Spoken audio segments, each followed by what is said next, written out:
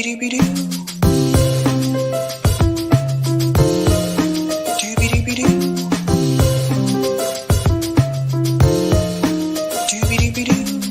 host, sabrinasalvati.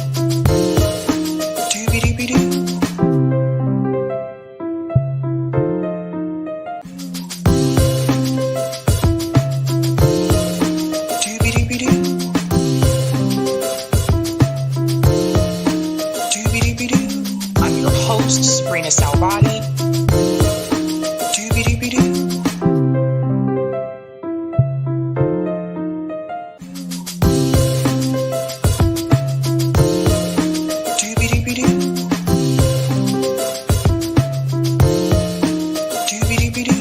I'm your host, sabrinasalvati. All right. Happy Tuesday, guys. Welcome to Sabby Sabs podcast. I'm your host, Sabrina Salvati. If you are new, I want to let you know that Sabby Sabs podcast is a part of Revolutionary Blackout Network. You can catch me there on Thursdays for the Sabby and JB show. And you can catch me here on Tuesday, Thursday, Friday, and every other Sunday. Shout out to everyone watching on YouTube, Rockfin, Twitter, and Rumble. And welcome back, guys. I'm waiting to see if our guests are ready. William, your camera is off. Once you turn your camera on, I'll bring you back in. Just a heads up there. But welcome back, guys.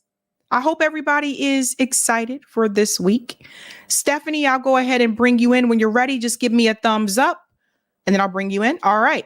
My special guests tonight are candidates with the Socialist Party. Let me go ahead and bring in Stephanie. What's going on? Not much. Glad to be here.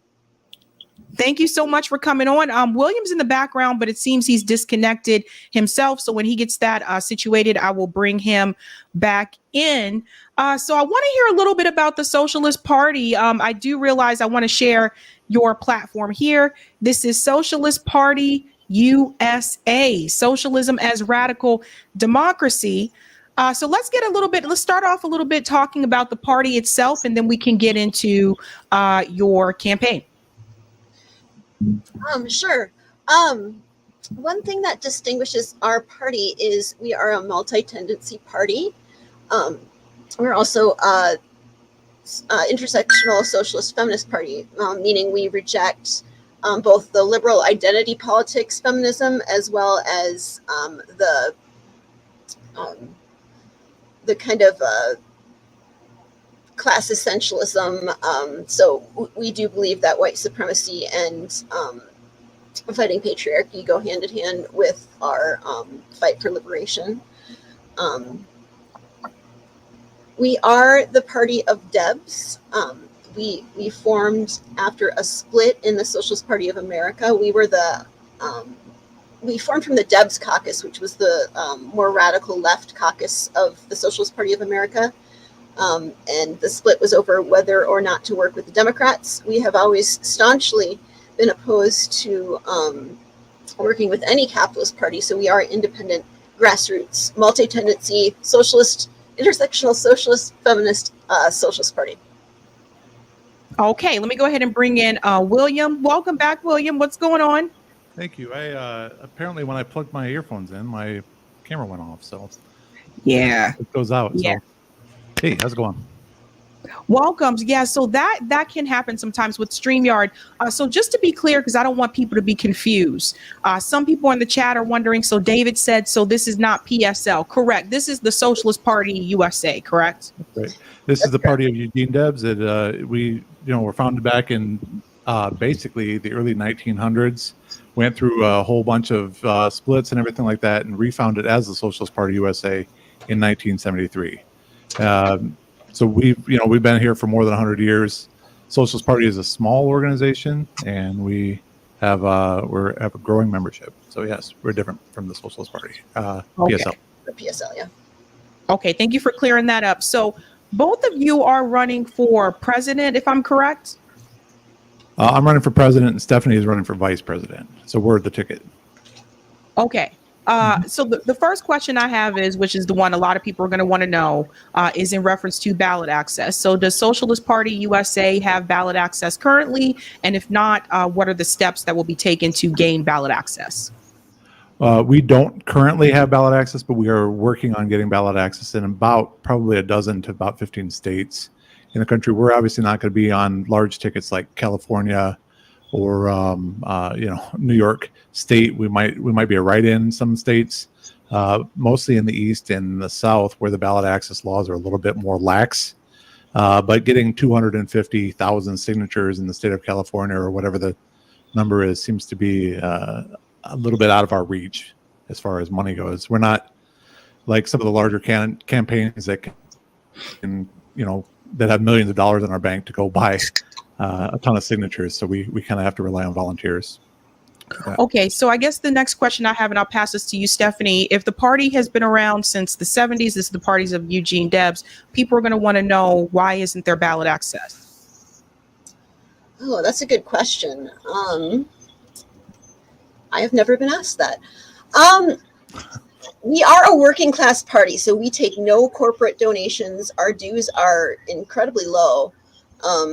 So we are not like some parties are working with hundreds of thousands of dollars. We're literally working with hundreds of dollars, and anything we need, basically our volunteers have to chip in and pass the hat. So ballot access, of course, has gotten more and more difficult. The parties of capital ensure this is the case. Although obviously we're running a campaign to both spread class consciousness and to build the party. So ballot access isn't necessarily our focus. It's not always the best way to accomplish our goals, especially since they keep making it more difficult for us.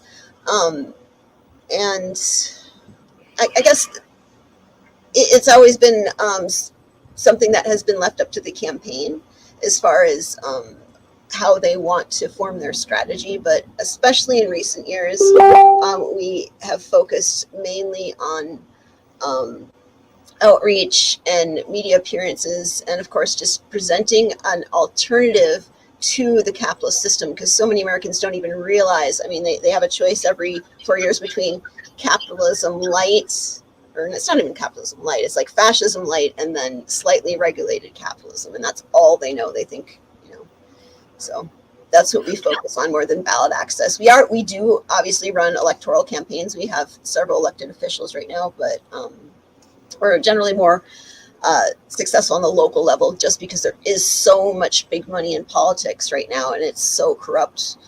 It's really hard, even for a honest politician in one of the big parties to win, much less a third party. Right. But I guess the reason why I'm asking this question is I totally get it. Like it costs a lot of money. I totally understand. I understand your grassroots. I get that. But so is the Green Party, for example. Their grassroots, it appears you've been around maybe longer than them. And the reason why I'm asking is, so technically this is a messaging campaign that you're running. This is not a campaign to actually get on the ballot. And I'll pass it to William. Well, to be completely honest with you, we are in kind of a building phase as far as the party goes. But the one benefit of running a campaign this year, and there was some controversy within our party with regard to this question, but the one benefit of running the campaign is we can actually get topics that we're talking about, which is workers' power, which is fighting against corruption, and the two major parties that are currently going to be on the top of the ballot. Get these kind of messages out into the public and kind of get people thinking about these things. In a lot of ways, it's sort of like what Bernie did in 2016, where now we're talking about the 98% or the 1%, or we're talking about things like student loan forgiveness, and we're talking about things like peace, where we might not actually have a chance to win the election this year, but that might not necessarily be our goal. Our goal is to get people to start talking about socialism, to get people to start talking about alternatives to the two-party system and alternatives to all this money in politics.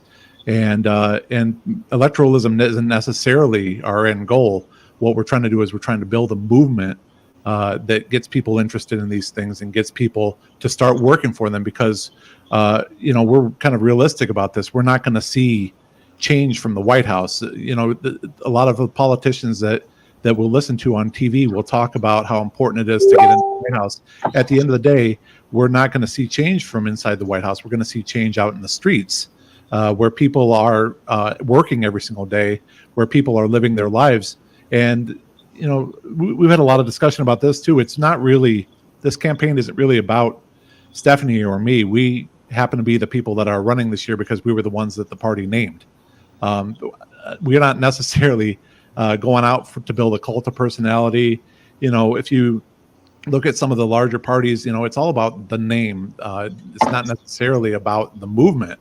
What we're trying to do is we're trying to build a movement that can last long after Stephanie or I are done with our political careers, that will last, that will get people not only excited about socialism, but get them activating in their communities, get them involved in organizing unions, get them involved in building these democratic and these kind of socialist formations where they're capable of taking control of their workplace and, you know, putting the power in the hands of the working class.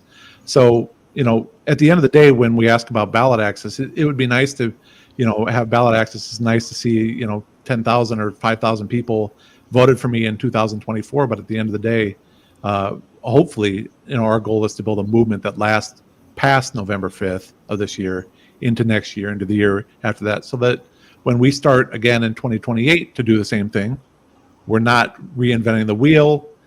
We have more people working on it at that time. We have a bunch of other formations that we started in the meanwhile to help continue this movement going forward.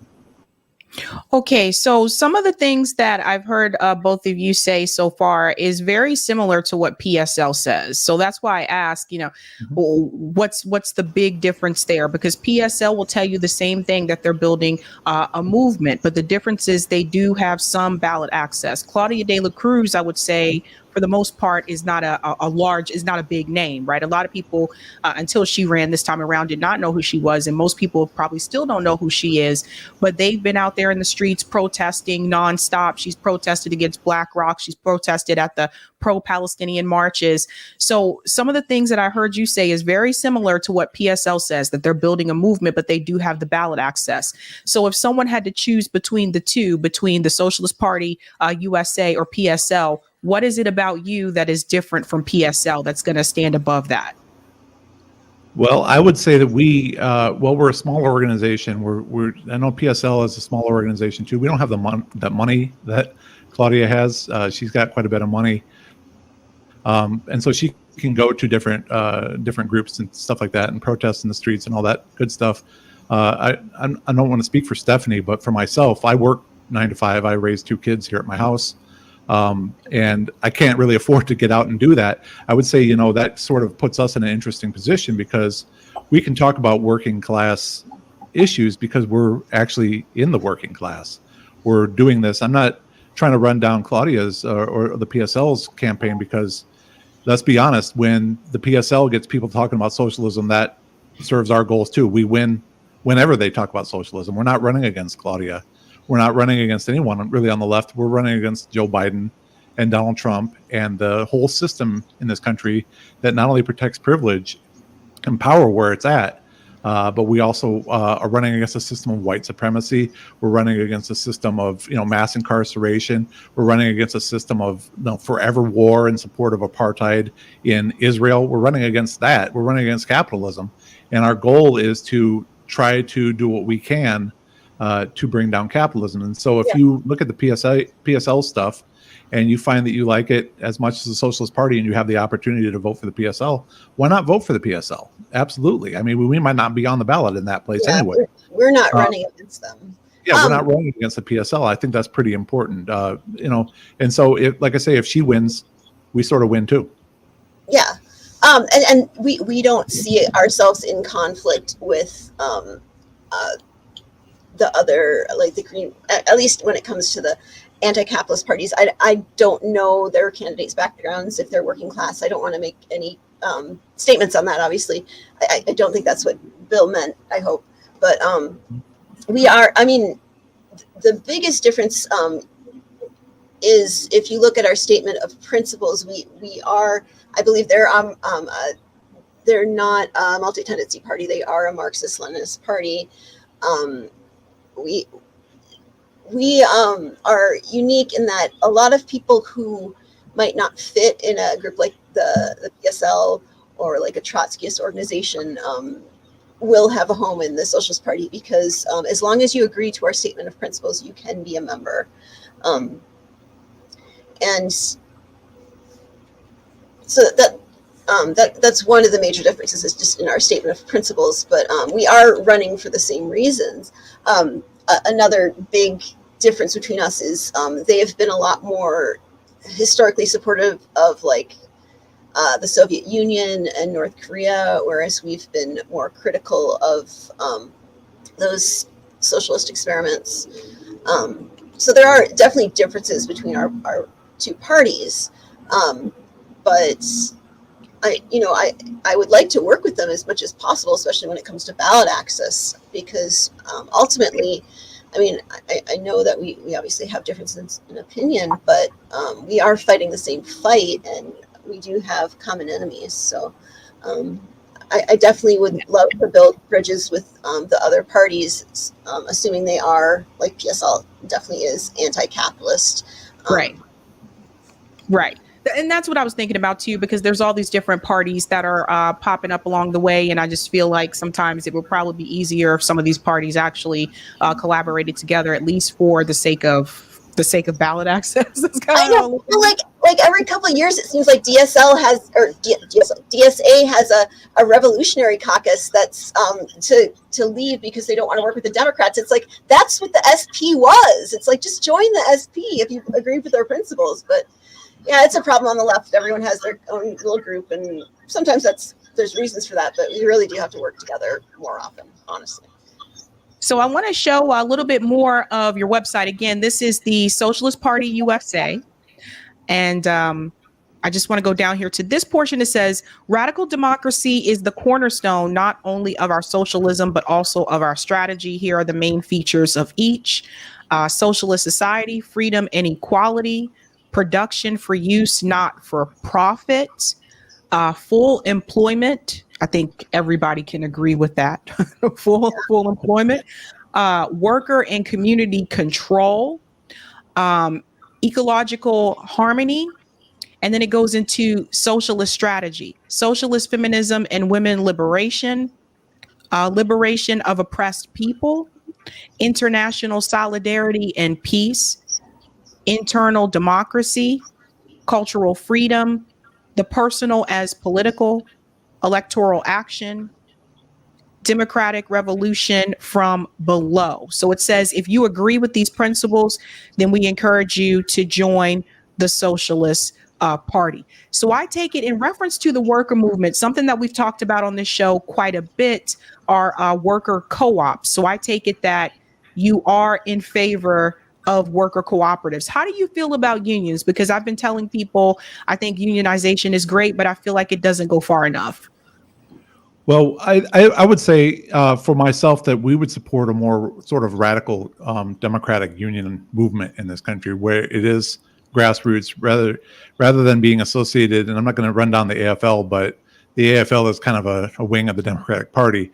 And so, these movements that we see where you see, for example, service workers getting together and organizing their own shops. People that organize with the IWW, for example, would be something we would support. I'm totally for the ability of workers to collectively bargain through their own unions, and I don't necessarily think they need to be taking marching orders from the Democratic Party aligned AFL. If they can do it themselves, then they should do it themselves. If they can work together with other shops along the same lines, they should do that. And if they have to do it through the AFL, if that's what really the choice that they have, absolutely. We're totally, in support of getting rid of right to work laws in this country. I would be supportive of strengthening closed shop in the country to make sure that people definitely join unions. And if that's not possible, fair pay. The joining where the people themselves contribute something to the union, even if they don't want to be actual members of the union, because the union expends resources or so fair share is what it's called, where the union expends resources to help all the workers where they have to by law expend their resources to defend the rights of workers, but some workers don't want to join. Getting rid of free rider problem is a big issue in the union movement. I'm completely in support of that, as well as the co-ops and that kind of stuff. If it has to be through unions, we'll do it through unions. If it has to be through the co-op movement, I'm down for that too. Whatever gives workers more power in their workplace, I think is what we would support. However that works out. How do you feel about international affairs or foreign policy? For example, what would be your response in reference to the war in Gaza and also the Ukraine war? We have issued statements against both the Ukraine war, continuing the Ukraine war, as well as for ceasefire in Gaza. We call for a radical form of reorganization of Palestine, where we have a single state with multi-ethnic democratic government within that state.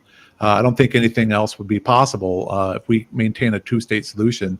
That's obviously supporting allowing Israel to remain in place and a threat to its Palestinian neighbors. It also doesn't support justice for people in Palestine. It doesn't acknowledge the fact that millions of people have been displaced over the last whatever it is, 60 years or something like that from the various places in Palestine. We absolutely support freedom for the Palestinian people. We actually support, self-determination for the Gaza people, for the people in Gaza, for the Palestinians. However they want to do that, however they feel that they need to do that, it's not our place to tell them how they should go about getting their freedom. But we support their freedom, and we support pulling back the United States' role, not only in the UN but also in that particular conflict. As for Ukraine, I believe that spending money on the Ukrainian conflict is merely prolonging it. So I would support working on a negotiated peace between Ukraine and Russia as well. Would you support sending money to Israel? Sending money to the government, the state of Israel? Yes. No. I think we need to stop. I don't know. We need to stop doing that, because that money is what Israel is using to then, subjugate the Palestinians. I mean, they have an apartheid state there, clearly. All you have to do is just look around and see that Gaza was an open air prison before this war, and now it's a heap of rubble.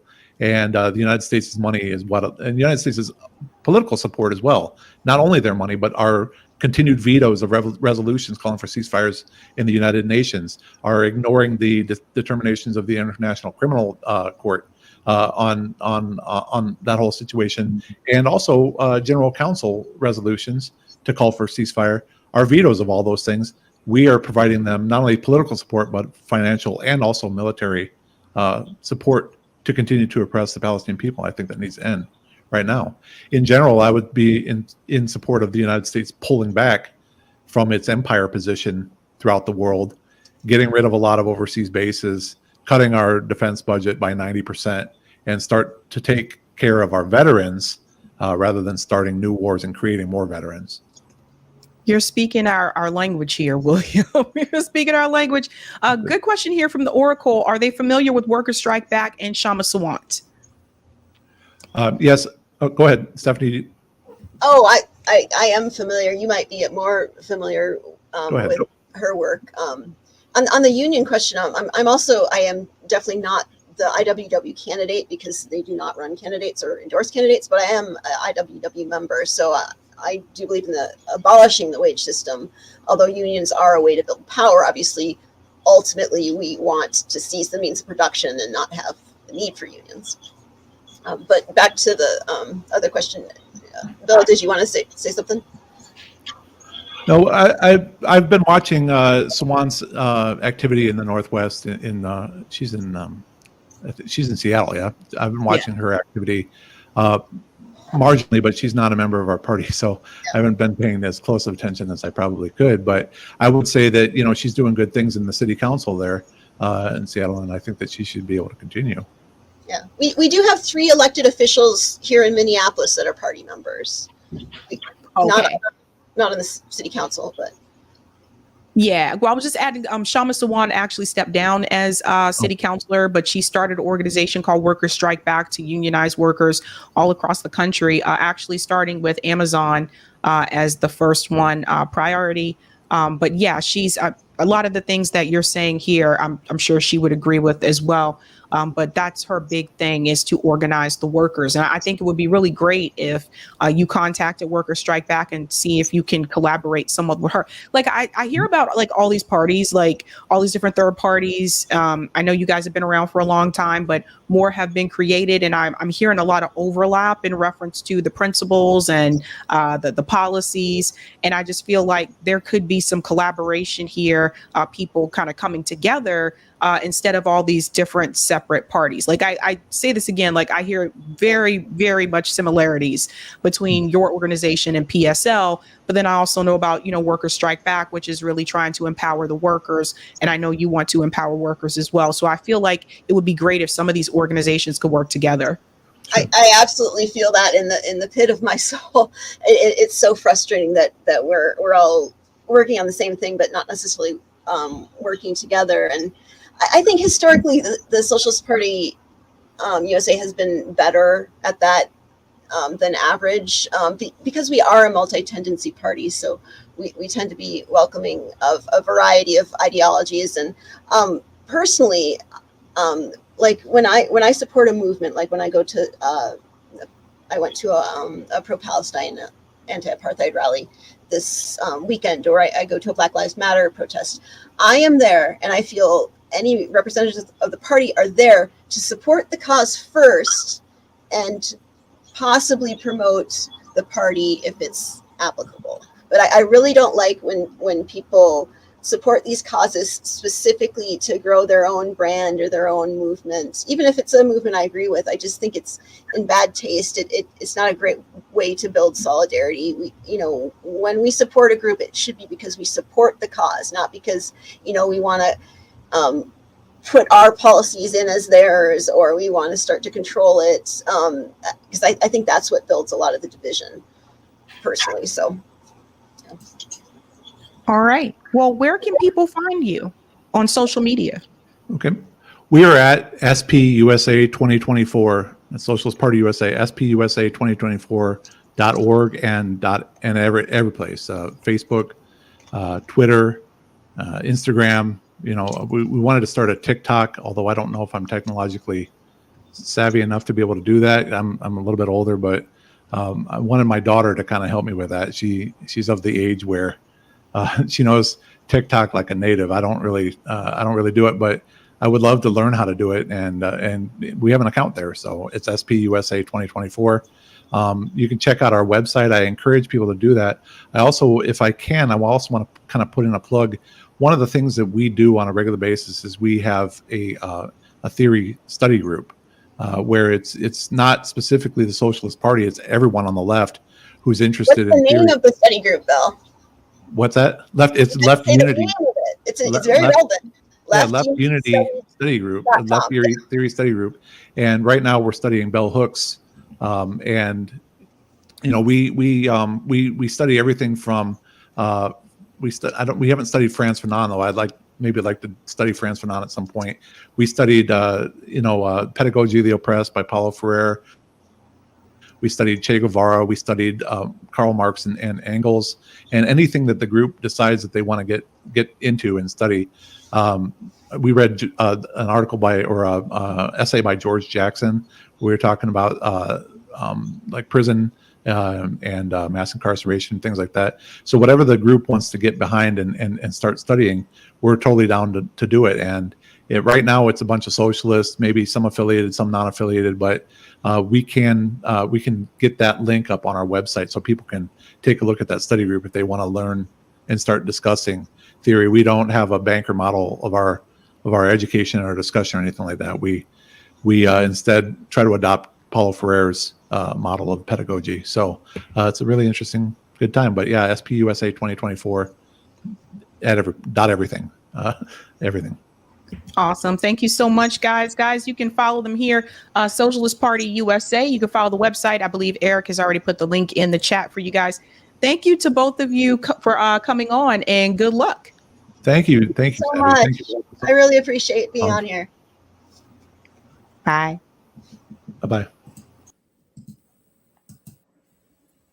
All right, guys, that was William and Stephanie, and they are running through the Socialist Party USA from old school Eugene Debs. So interesting. Check out that website, guys. They do have some interesting things on the website there. So great to have them on.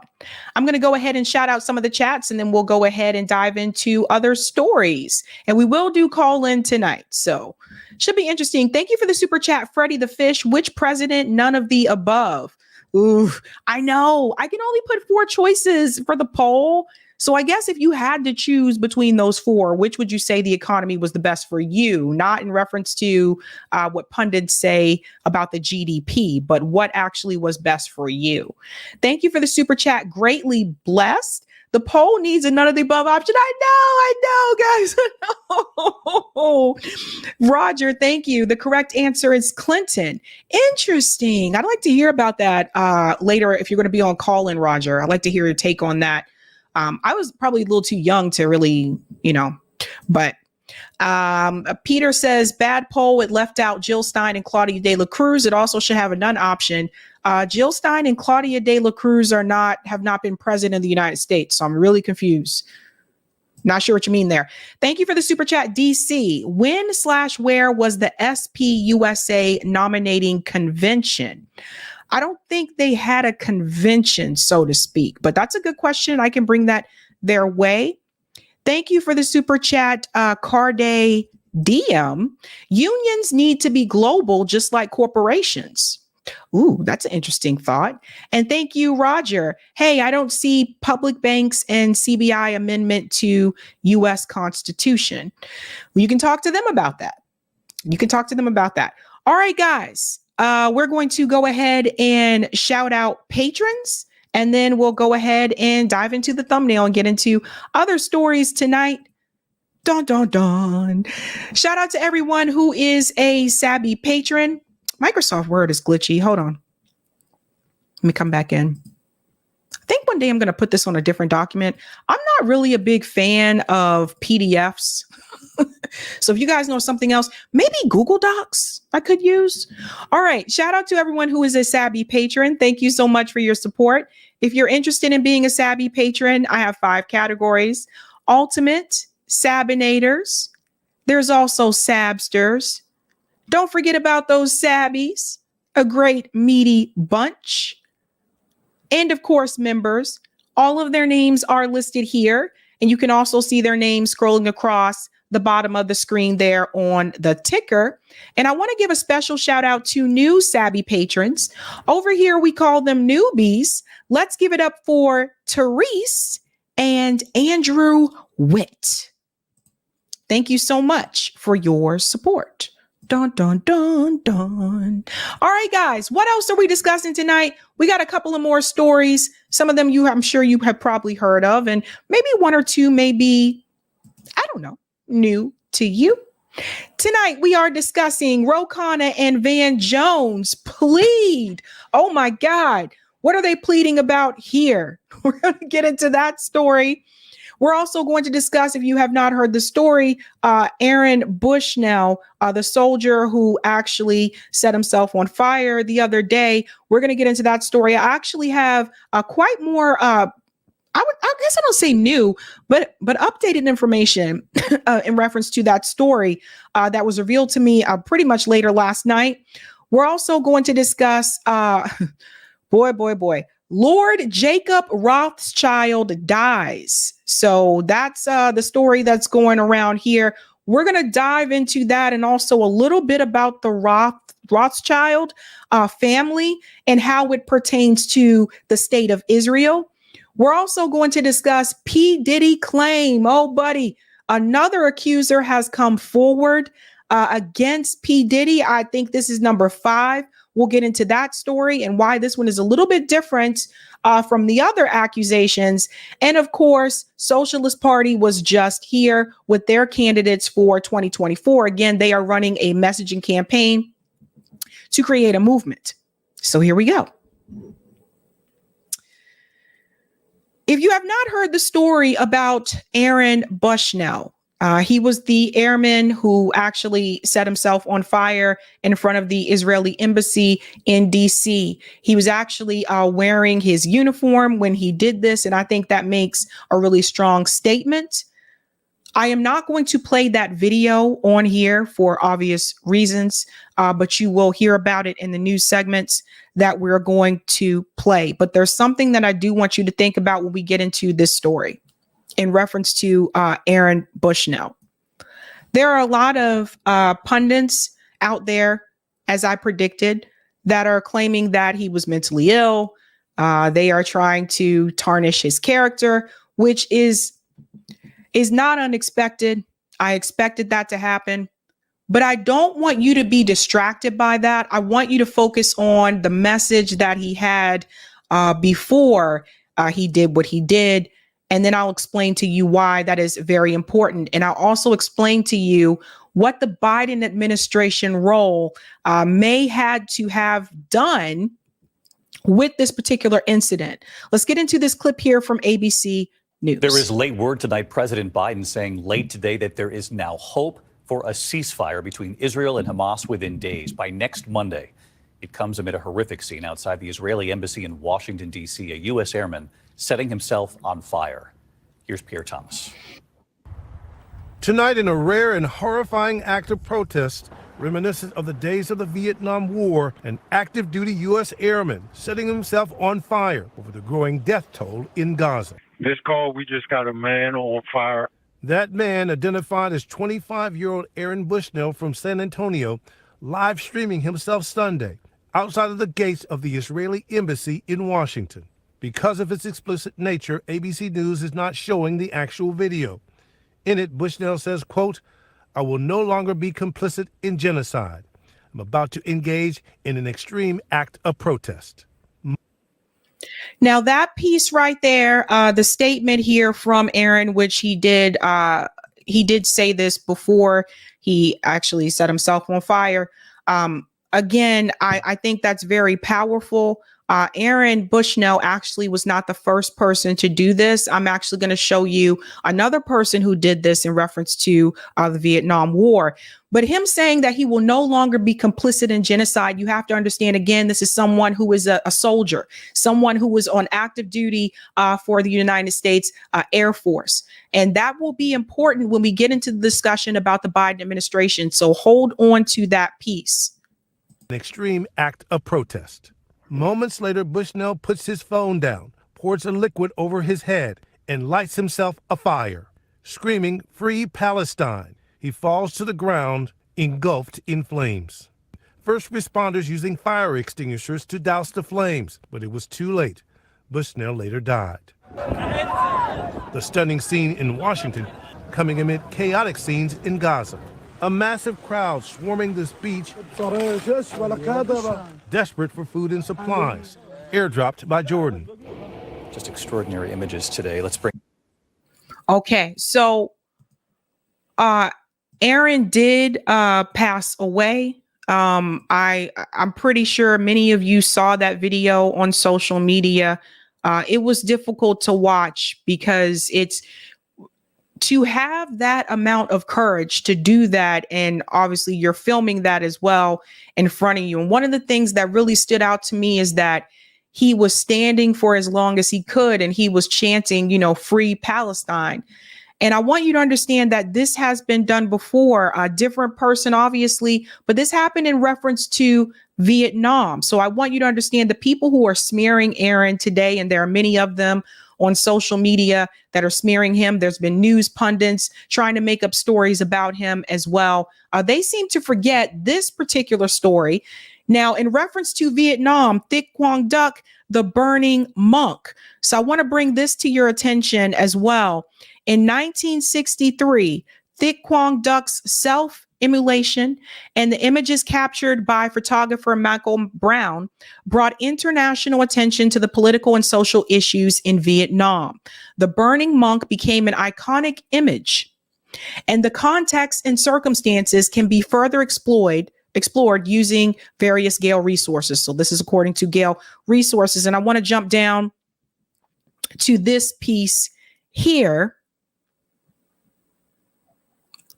Here we go. The worldwide publication of the photograph on June 11th, 1963. Self-immolation of a Vietnamese Buddhist monk, Thich Quang Duc, who was born from 1897. Oh, hold on. I don't know why my volume was on. Born 1897, obviously died 1963, brought international attention to persecution of Buddhists by the South Vietnamese government. It goes on to say the self-immolation occurred on a busy street in Saigon in front of a large crowd, mostly comprising Buddhist monks and nuns, but journalists and photojournalists and police were also present. During the 1960s, the brutality, futility, and horror of the Vietnam War was compellingly depicted through photography and film. Visual exposure swayed opinion of U.S. civilians whose country found itself entangled in the complex Southeast Asian conflict. And I wanted to bring that to your attention because remember, it was the Vietnam War. That was the last time actually public news stations actually showed the casualties in war on national television. And because of that, and because it was able to sway public opinion and actually make more people protest against the war, they decided never to do that again. And that actually worked for quite some time. But then social media came around. And since social media, we've still been able to get the images that are happening in places like Gaza and also Ukraine as well. Now, it goes on to say here, perhaps the most disturbing photograph was of a Buddhist monk, Thich Quang Duc, setting himself on fire in protest on June 11th, 1963. He was practicing a centuries old, oh, they need to space their words, a centuries old Buddhist tradition of self-immolation. This suicide was viewed as an act of sacrifice, a plea for the end of oppression, suffering, and murder of Buddhist monks at the hand of the No Ding Diem government. So I want to highlight this part here, a plea for the end of oppression and suffering. And that is one of the things that obviously Aaron was crying out for, right? He did not want the Palestinian people to continue to suffer.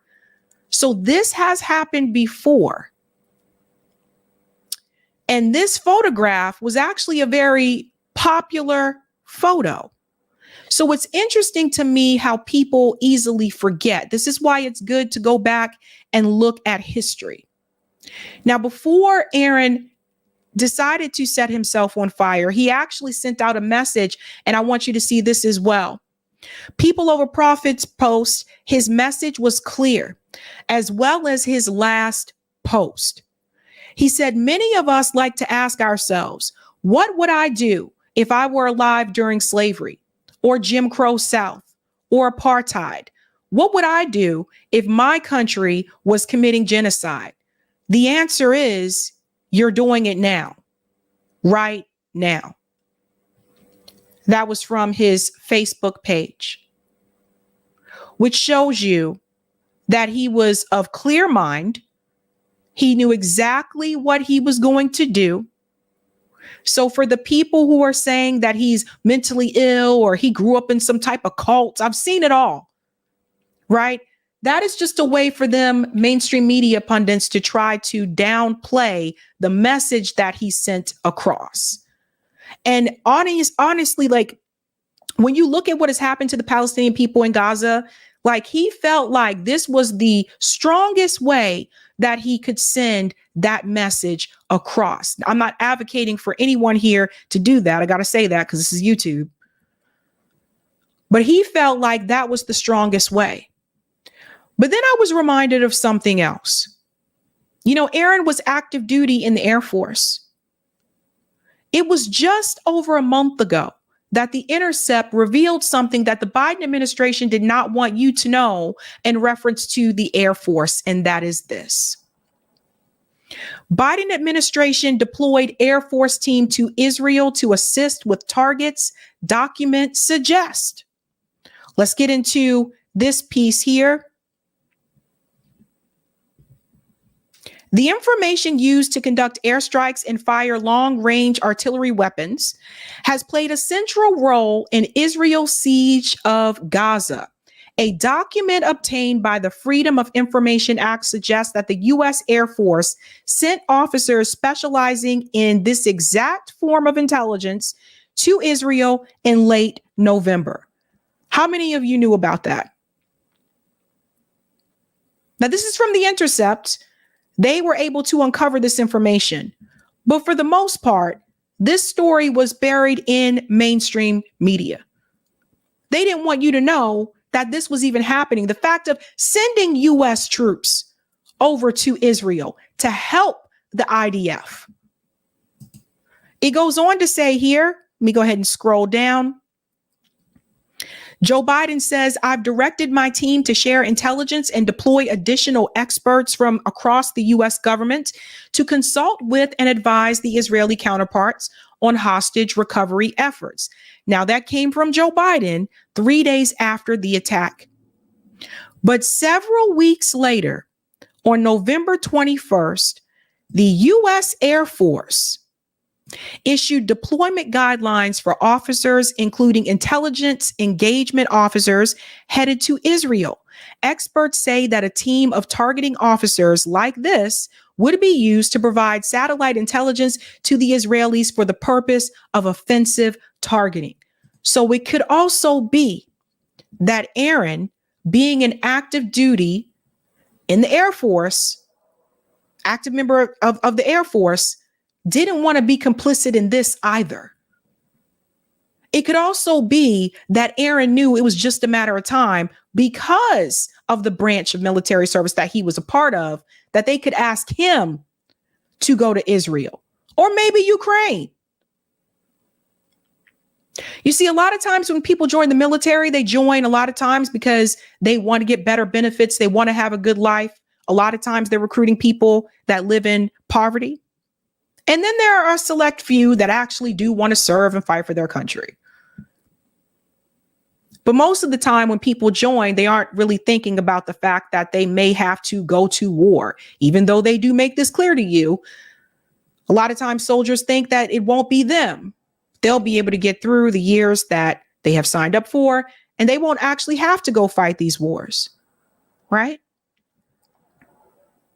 So it could just be that maybe Aaron wasn't just protesting in reference to the genocide in Gaza, but also it could have something to do with this from the Biden administration choosing to reach out to the Air Force to send troops over to Israel, to be even more complicit as a part of the genocide. And maybe Aaron didn't want that blood on his hands. But what was also very troubling to me, as someone who comes from a military family, and I've talked about that multiple times on this show, it was very troubling to me, the number of people who claim to care about the troops so much. All the people who tell me, protect the troops, support the troops. All of a sudden, when this incident happened with Aaron Bushnell, all of a sudden, some of those same people, and not just on Twitter, I saw it on Facebook as well, some of those same people were just so nasty and vile towards this guy who did what he did. All of a sudden, what happened to supporting the troops? And I said this before. A lot of the people that say support our troops, stand for the troops, that's the American way. A lot of these people I never saw at the VA. A lot of these people, I never saw them show up when the troops need help, when they come back home and their country is not there for them. When they need therapy because they have PTSD from war. Where are those people? Where are those people when the soldiers need you to help them? Seems like to me a lot of people just want soldiers to go die fighting for this country. But when those soldiers actually need you, all of a sudden it's no. Think about that. There was a vigil for Aaron. Colin from Indie News Network said had the opportunity to stop by Aaron Bushnell's vigil outside the Israeli embassy after work. May his courageous sacrifice never be forgotten. And you can see pictures here. There are people with signs that say, stop U.S. support of genocide. Stop killing children. And I guess this is where Colin signed right here. Aaron, your actions will be remembered. Colin, RIP, a revolutionary. And it says INN for Indie News Network. So there was a vigil for him. And I got to tell you, like I told you, I'm not going to play the video on here, but I watched the video and it really just made me say to myself, you know, this guy, you know, told himself, I don't know what else to do to make it more clear that we have to stop killing these people. We have to stop, you know, aiding Israel, sending them weapons to continue this genocide. And if it's not for the weapons, then it's also the starvation tactic that Israel is also using against the Palestinian people, where I'm seeing pictures of children where it is very obvious they have not eaten for like a week or so. It is very sad. And he felt like there's just no other way for me to get this message across, because people have been protesting since after October 7th. People have been protesting for months. So to see the people who say that they support the troops and respect our military, to see some of those same people tear down this guy after he has died, it goes to show you those people never really cared about the troops in the first damn place. They cared about America policing the world. Now, then comes this question. What happens now? I want to show you this clip here from News Nation. Chris Cuomo is back at it again, where he is asking, is Israel losing American support? Listen to this, folks. Very upsetting footage there, I must say. A deep tragedy. There's no other words for it. The basic question is this, and you've heard it many times, and you've been thinking about it constantly. I know you. It's been too much for too long. You're never going to get all of Hamas. You're not going to fill in the tunnels, even though nobody believes they're as extensive as reported. This has to stop. What's the response? It'll stop once Hamas stops, once Hamas surrenders, once Hamas gives up the hostages. Pause. So, you know that this guy is lying, right? Because if it were to stop when Hamas would give up the hostages, as he says, then Netanyahu would have accepted the ceasefire agreement from Hamas over a week ago, where they offered to return the hostages. This is another Zionist talking point. This is propaganda. And for Chris not to be able to push back on that, this is why I said before about Chris, you just sat down and you just had that conversation with Bassem Youssef, where he explained all this to you. And then you go back onto News Nation and all of a sudden you forget everything that you were told. Your pushback on this, Chris, should have been, but Hamas did offer a ceasefire to return the hostages. So once again, you know, it's not about the hostages. And actually, this guest is going to reveal that with something else that he says. Before that, Israel literally cannot stop. For us, it's a war of national survival. If Hamas succeeds, if it survives. Did everybody hear that? Here, listen to this again. Catch this part. That Israel literally cannot stop. Israel literally cannot stop. So he's telling you guys, he's telling you, for us, Israel cannot stop. So there he is revealing, he's letting you know, whether they get those hostages back or not, Israel is not going to stop this unless somebody stops sending them the weapons. And that would be the United States. For us, it's a war of national survival. If Hamas succeeds, if it survives, it regains control over Gaza. Its own leaders have said again and again, they're going to rearm and launch the next attack. We have hundreds of thousands of displaced people who won't be able to go back to their homes. And virtually every enemy we have in the region, particularly Iran, will conclude that they can attack us with impunity. And when we go to defend ourselves, we'll be slapped with a ceasefire. We won't be able to defend ourselves. So if everyone understands this, it's interesting that in Israel, I understand the trends that are going on in this country. In Israel, we've had protests by the hostage families, and we have to be very compassionate about them. We have protests against Netanyahu. We always have protests against Netanyahu, but you haven't not seen not one anti-war protest. because Israelis understand that this is a war that has to be fought to the end. And I don't know if I entirely agree with you that the tunnels can't be destroyed and that Hamas can be defeated. I think it can be. The big question is, as you say, what's the cost? But the tunnels have not been destroyed. That's the point, right? If they were trying to target the tunnels, they would have gone into the tunnels. That's not what they're doing. And he knows this. And for him to say that, we have to be safe, we have to protect ourselves, it's about our security, and you're the one that's in power. Israel is the one that's in power. The U.S. is sending weapons to Israel. They're far more powerful than the weapons that Hamas has. Far more powerful. The people who are trying to survive right now are the Palestinian people that are starving or being bombed. But this is another way of the Zionist playbook to make their self look like they are the ones that are the victims. They're the ones that are being bombed. They're the ones that are starving. They're the ones that are fighting for survival when it's actually the other way around.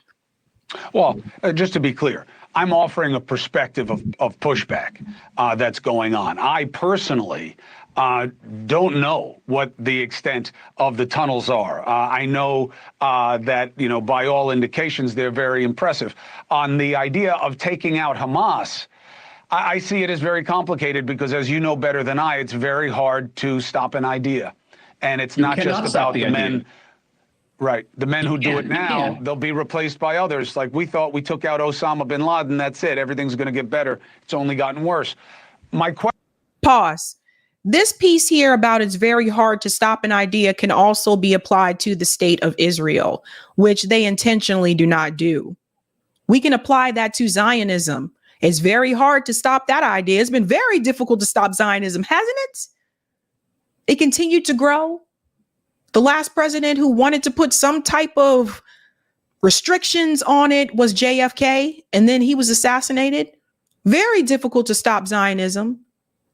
You'll see how far, just how deep this goes, how RFK can make a statement and say the Palestinian children are actually indoctrined from the time that they're kids to hate, the Israelis. I can say the same thing happens on the Israeli side. And I'll show you what that looks like in just a second. So this is why I've said before, it's easy to call out Netanyahu. Netanyahu can be replaced with any other puppet from the United States. But the idea of Zionism still remains. So as long as Zionism still remains, you're still going to have this issue. Question is, how... So the finesse point on this is we need to stop Hamas. We have to get our hostages back. If Hamas gave back all of the hostages tomorrow, what is the chance that Israel would not have any more military operations within Gaza and would stop what is called the occupation? Well, certainly Hamas is not going to give up all the hostages. They're going to try to hold on to some. But if they did? I think I have suggested publicly in the past that we could do an arrangement similar to what we did with the PLO in Beirut in 1982. We said, get out of the city. We'll put you on a boat. They went off to Tunis. We could take the Hamas terrorists and put them on a boat to Syria or to Libya or wherever they wanted to go. We get the hostages back, and that would end the war. I think the situation is going to remain that we can't let Hamas be in a position to regain control over Gaza and to once again use Gaza as a launching pad for striking our border communities. That's impossible. Right. Or to firing tens of thousands of rockets at our cities. We can't let that happen. So I think we're trying to achieve two goals. They're very, very difficult to achieve simultaneously: release the hostages and remove Hamas as a serious threat to the state of Israel. But he didn't answer the question about the occupation. Have you guys pay attention to that? The occupation is going to continue. He didn't answer that question. No, commentary in reference to the illegal settlements in the West Bank. What happens to the people still being pulled out of their homes in the West Bank? He didn't answer the question about the occupation. That tells you where this all ends, people. Israel still wants to have control over the Palestinian people. how is it that Biden is saying, I hope for a deal by Monday, and Bibi all but laughed at that idea? Yeah, I don't know what basis America is saying this for. And it's not just Netanyahu. Hamas's requirements for the ceasefire would not have been acceptable to any Israeli leader, even leaders from, I think, even the far left. They were saying that Israel has to withdraw to the border, basically declare that Hamas wins the war, Israel loses the war. There was even some claims that Israel would have to give Hamas control over the Temple Mount in Jerusalem. Imagine this. Right. And Israel would have to release hundreds of Palestinian prisoners from our prisons who have the blood of hundreds of Israelis on their hands. And you'd have Bullshit. Those prisoners that the IDF has jailed, some of those people, first of all, were not the people that they were looking for.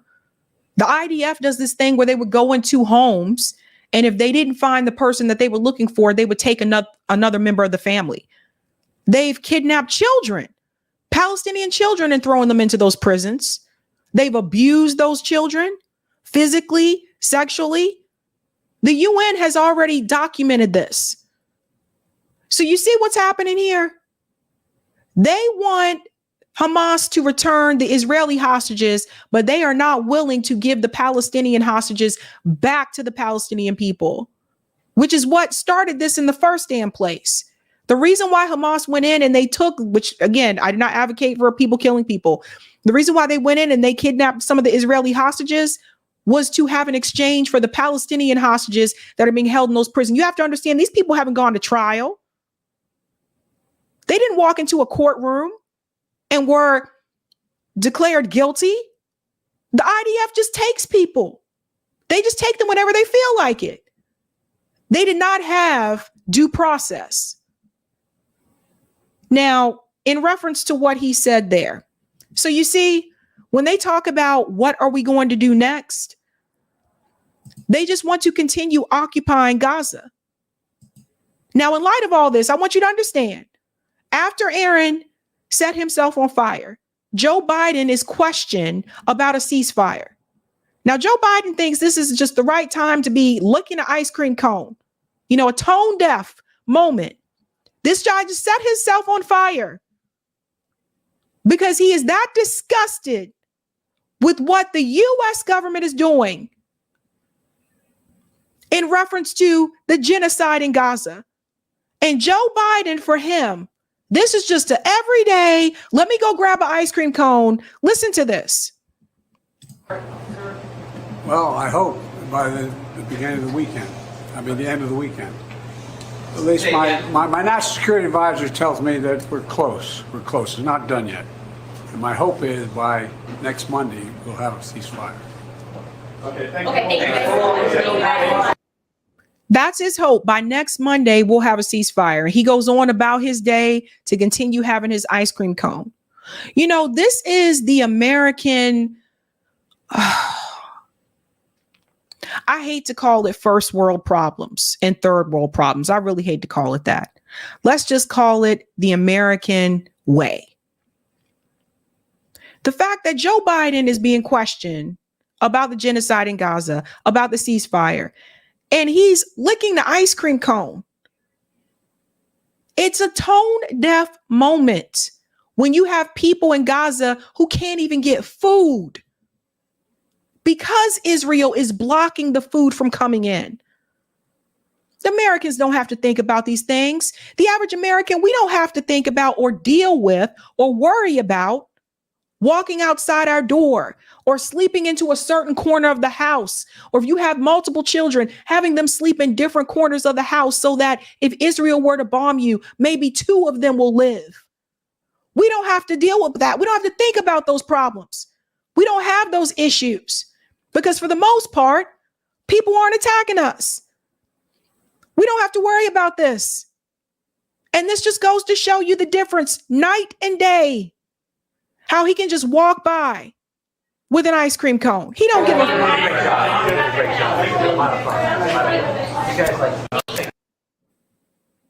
That's the American way. And I think about this because to me, this mouse is annoying today. I can't remember if I changed the battery in this mouse. Sorry. Because to me, it's just, you have the Pentagon. The Pentagon is questioned about Aaron Bushnell. And I want you to hear what the Pentagon says. And the one thing I will say is this: the fact that it was an Air Force soldier, it was a U.S. soldier, you can't completely ignore that it happened if you claim to care about these troops so much. You can't ignore it, right? Listen to this. Secondly, Well, yesterday, I hope an active duty service member set himself on fire in front of the Israeli embassy. My national security advisor tells me that we're close. We're close. It's not done yet. Sorry, I don't know why that's still playing. Next Monday, we'll have them. Sorry, guys. Sometimes those Twitter videos, they still play. Listen to what the Pentagon said about Aaron Bushnell's death. Secondly, yesterday, an active duty service member set himself on fire in front of the Israeli embassy in protest of U.S. support for Israel's operations in Gaza. Has the secretary been briefed on Airman Bushnell, and is he concerned that maybe this airman's actions may indicate that there's a bigger issue within the military as far as U.S. support for this ongoing operation? Yeah, so the secretary is following the situation. I know the Air Force has confirmed the airman's death. They do plan to provide additional information 24 hours after next of kin notifications are complete. It certainly is a tragic event. We do extend our condolences to the airman's family. In terms of the incident itself, Tara, as you know, the D.C. Metropolitan Police Department has the lead for responding to questions about that incident. So anything on that, I'd have to refer you to them. But is the secretary concerned that this might indicate that there's a deeper issue, maybe the U.S. military personnel being concerned about how weapons and support for Israel is being used on civilians in Gaza? Well, look, from a Department of Defense standpoint, since Hamas's brutal attacks on October 7th, we've been focused on the 4 key areas that the secretary set out from the onset. That's protecting U.S. forces. Pause. So you see what he does? Notice how he brings it back to October 7th. With October 7th, it's a brutal attack because it was Israelis that were attacked. But when Palestinians are being attacked, they don't call it brutal. They don't call them savages. They don't call the IDF savages for what they do to the Palestinian people. They don't call them animals. And they don't call the attacks brutal. They only use those terms when they're referring to attacks that are made on Israelis. Pay attention to that. Once again, our government, our mainstream media as well, by the way, is showing you that one group is preferably better than the other. Pay close attention to that.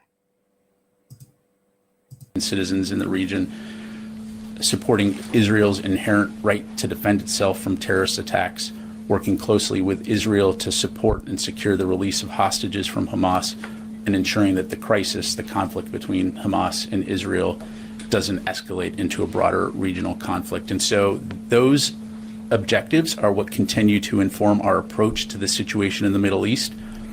And as we've talked about before, while our support for Israel's inherent right to defend itself is ironclad, we've also continued to actively communicate our expectations that Israel take civilian safety and humanitarian assistance into account into their operations. You see that. Pause. Here's something I want everyone to stop saying. Stop saying that Israel has the right to defend itself and they have to try to protect the civilians, as many civilians as possible, in the same sentence. Stop saying that. I want everyone to stop saying it. Because here's the thing. Israel has shown us time and time again, they are not trying to protect the civilians, period. Whether it's the IDF jumping around chanting, calling them names, saying all of them must die. Whether it's the documentary footage that we have from people like Abby Martin or Max Blumenthal or Dan Cohen. Whether it's the footage and the evidence that was presented to the ICJ by South Africa. The nerve of these people to say that both can happen at the same time. Because the reality is, as long as Israel is defending itself, Israel is killing civilians. Israel is trying to wipe away Palestinian culture, tradition, and the people all together. They cannot coexist in the same sentence. And for the people who tell me this is war, no, this is not war. This is a genocide.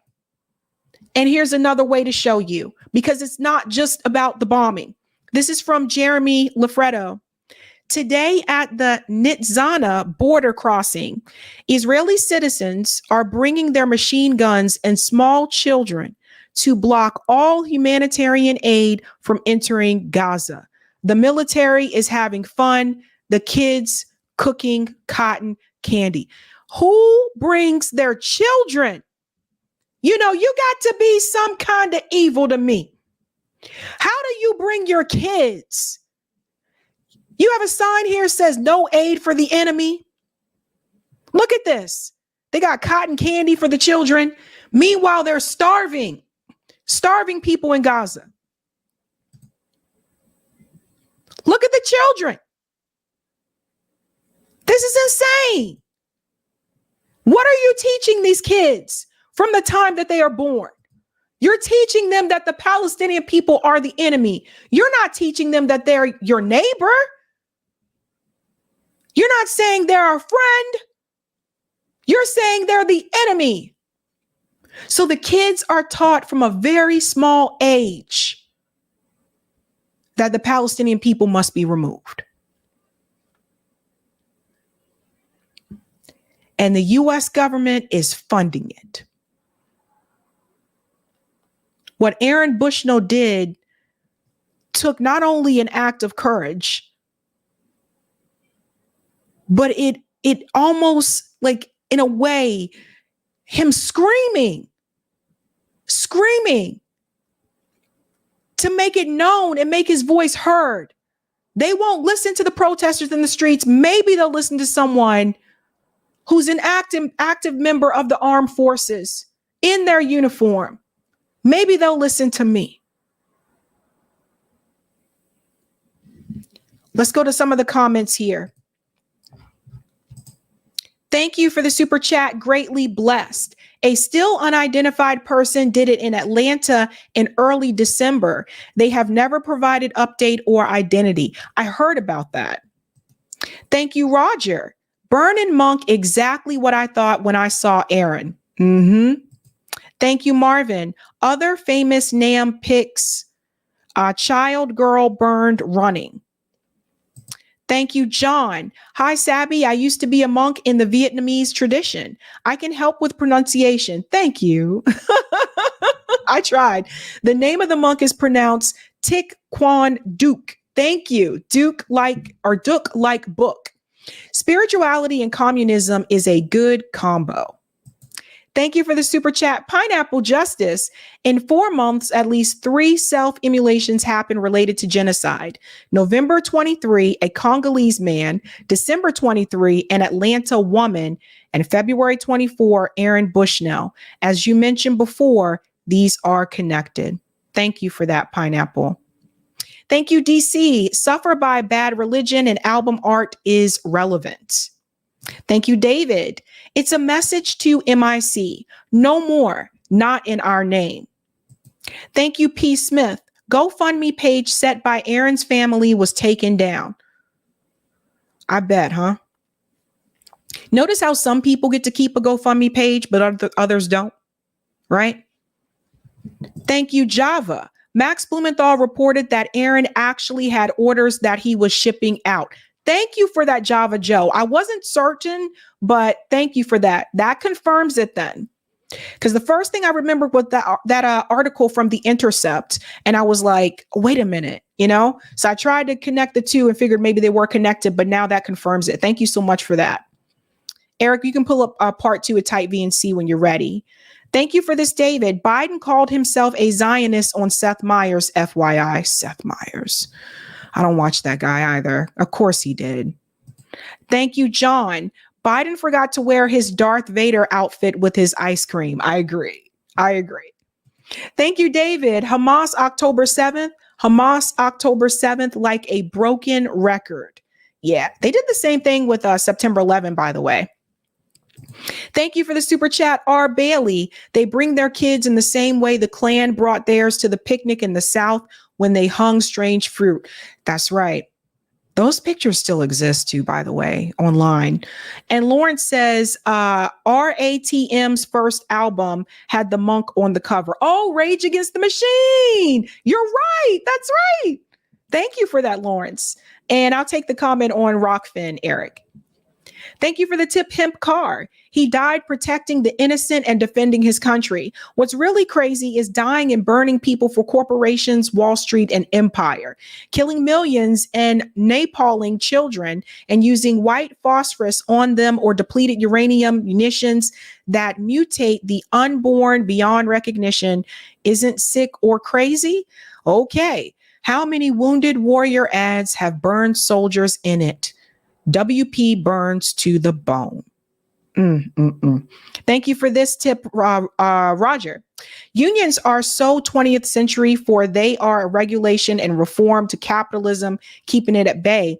However, capitalism will eventually break free like it has done after FDR died, thus pursuing a 40-year quest to repeal all the gains made by the workers since coming to its culmination with the Reagan administration. Worker co-ops is what we need in the 21st century to be global, for they replace capitalism.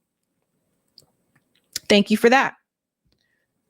We're moving on to our next story, but if you haven't had a chance to do so, go ahead and smash that like button. If you're new, don't forget to like, sub, and share.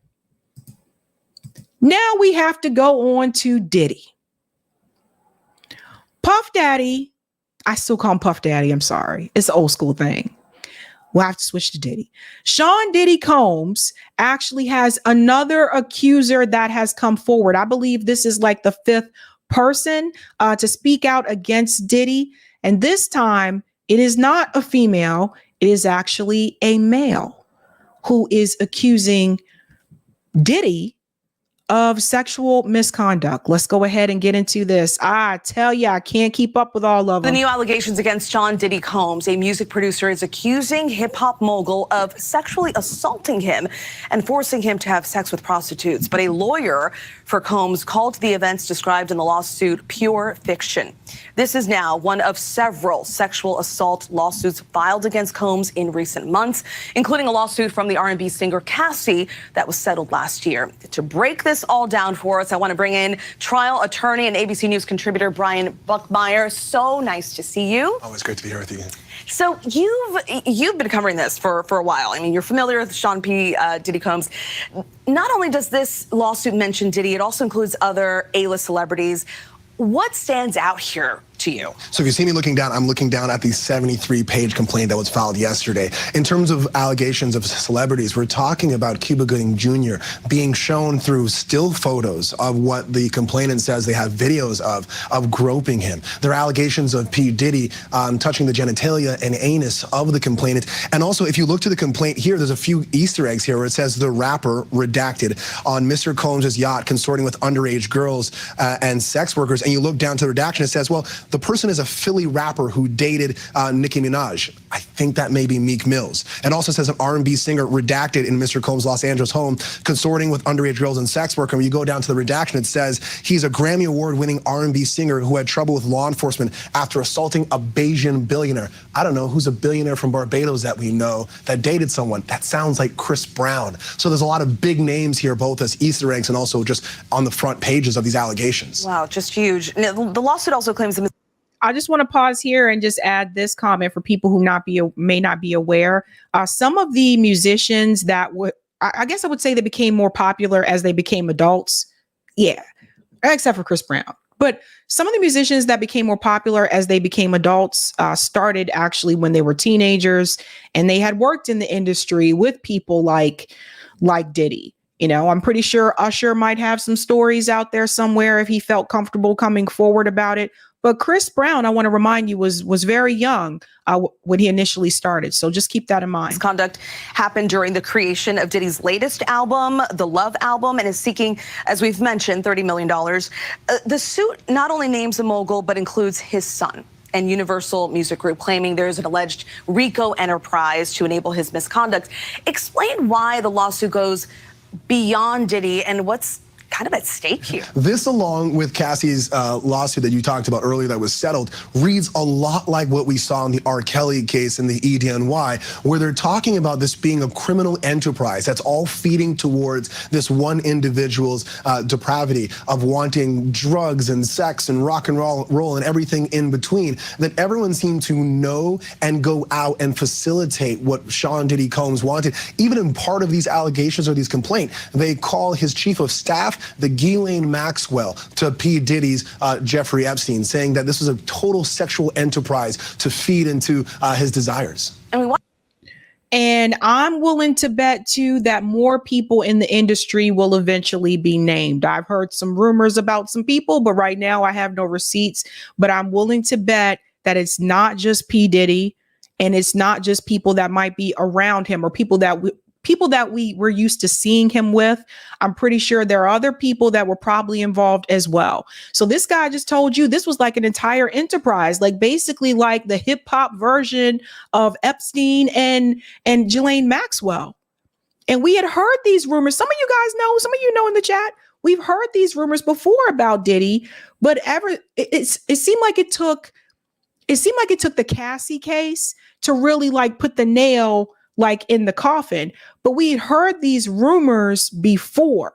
And now, I guess since Cassie came forward, other people feel comfortable coming forward as well. I want to note that Diddy has denied all claims against him, but this can't possibly help his brand. Like, where do you see this going, and where do you see this lawsuit going? Again, I draw the comparison to that of R. Kelly, where there might have been rumors in the background. There were lawsuits that were settled. There were whispers behind closed doors. But as those whispers start to grow and get louder, you potentially could see greater civil litigation. They're saying in this case, they want to fight it. Potentially, we see a jury trial out of here. But this is based on sex trafficking allegations, as well as claims that are criminal in nature. For me, I'm thinking SDNY, that being the Southern District of New York, right here in Manhattan, they're probably looking at these allegations and thinking, where are the videos? Where are these still shots that we're seeing in these complaints? And can we investigate it to see if there's more here, potentially criminal charges? And that could probably come out at some point. Potentially. Okay, so the person that has come forward now, again, I said this time it is a male, is producer Little Rod. Now, this was actually documented in the Huffington Post. Producer Little Rod accuses Diddy of sexual assault and harassment. Again, 73 pages of complaints here. It goes on to say producer Little Rod, whose given name is Rodney Jones, is accusing the media mogul of operating a racketeering enterprise, groping him and forcing him to engage in sexual acts with sex workers, and lacing alcohol for the guests in his home, including underage girls. So essentially, Diddy was drugging people. Now, this is similar to what Cassie said. Cassie was at one point Diddy's girlfriend. She was also an artist on his label, but at that point in time, you know, she was very young. It seems like Diddy seems to get a hold of these people when they're really young, and maybe their parents are not around or they don't have a guardian around at that point in time. But the drugging and the lacing, the alcohol, that was also something that Cassie actually referenced. Throughout his time with Mr. Combs, Mr. Jones witnessed, experienced, and endured many things that went far beyond his role as a producer on the Love album. Mr. Combs required Mr. Jones to record him constantly. As a result, Mr. Jones has secured hundreds of hours of footage and audio records of Mr. Combs, his staff, and his guests engaging in serious illegal activity. This is another thing I don't understand. Okay. So like the Epsteins, the Diddys, the R. Kellys, why do they have people record them? It's almost as if they want to get caught, right? It's almost as if they're screaming for somebody catch me. It's just the weirdest thing, right? Now, some people say Epstein did it for blackmail, but I mean, the video footage also works against him as well. Same thing with Diddy. The video footage works against him as well. So it's just really weird to me. The lawsuit not only names Diddy as a defendant, but also his 30-year-old son, Justin Combs, his chief of staff, Christina Coram, Universal Music Group CEO, Sir Lucian Grange, and former Motown Records CEO, Ethiopia Haptimariam. This is wild. So they even have Diddy's son included in this as well. In the lawsuit, Little Rod claims that Diddy forced him to work in the bathroom as Diddy showered, and that Diddy engaged in constant, unsolicited, and unauthorized, groping and touching of other parts that we are not going to stay in here. Little Rod also accused Diddy of drugging him. In February 2023, when he woke up, he was unclothed, disoriented, and in bed with Diddy and 2 sex workers. This is wild. The lawsuit accuses Coram of helping Diddy to groom him, Little Rod, into accepting a homosexual relationship. Mr. Jones was terrified of Mr. Combs. He felt like he could not tell him no. That'll be important in just a second, because I want to remind you of something that Cat Williams said. Mr. Combs consistently made it clear that he has immense power in the music industry and with law enforcement. This is the kicker. Because you can leave the music industry, but if Diddy has power with law enforcement, that's another thing.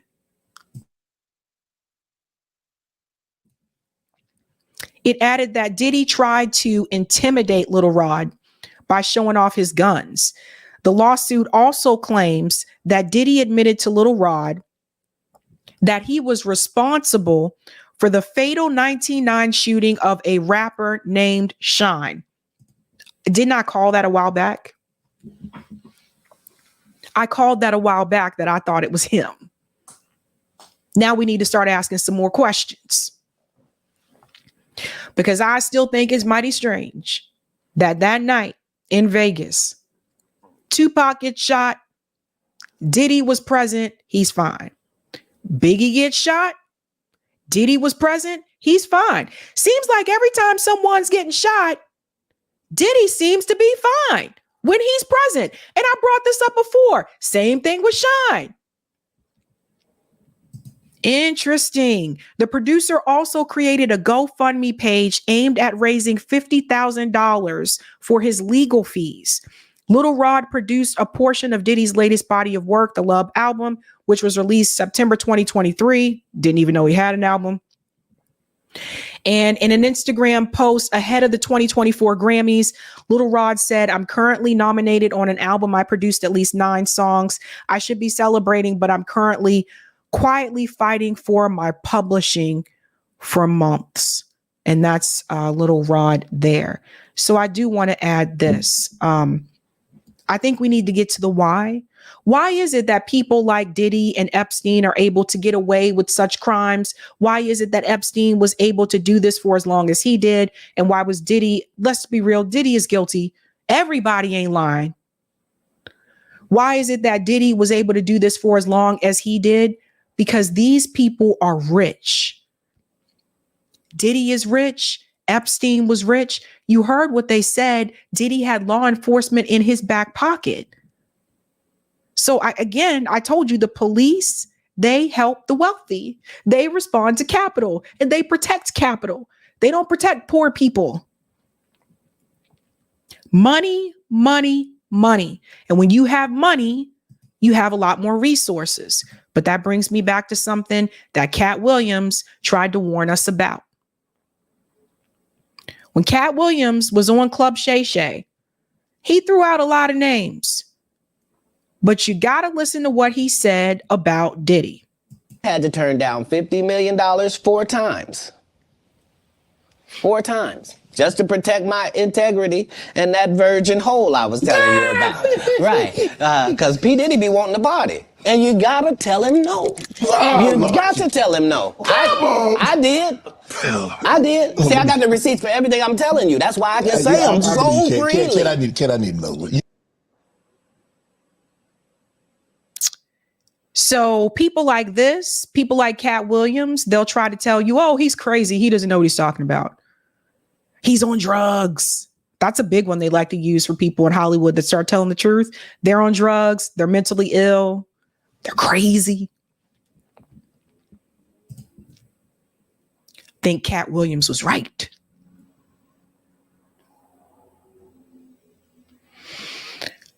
I hope that justice is served, but it is a hot, hot mess right now.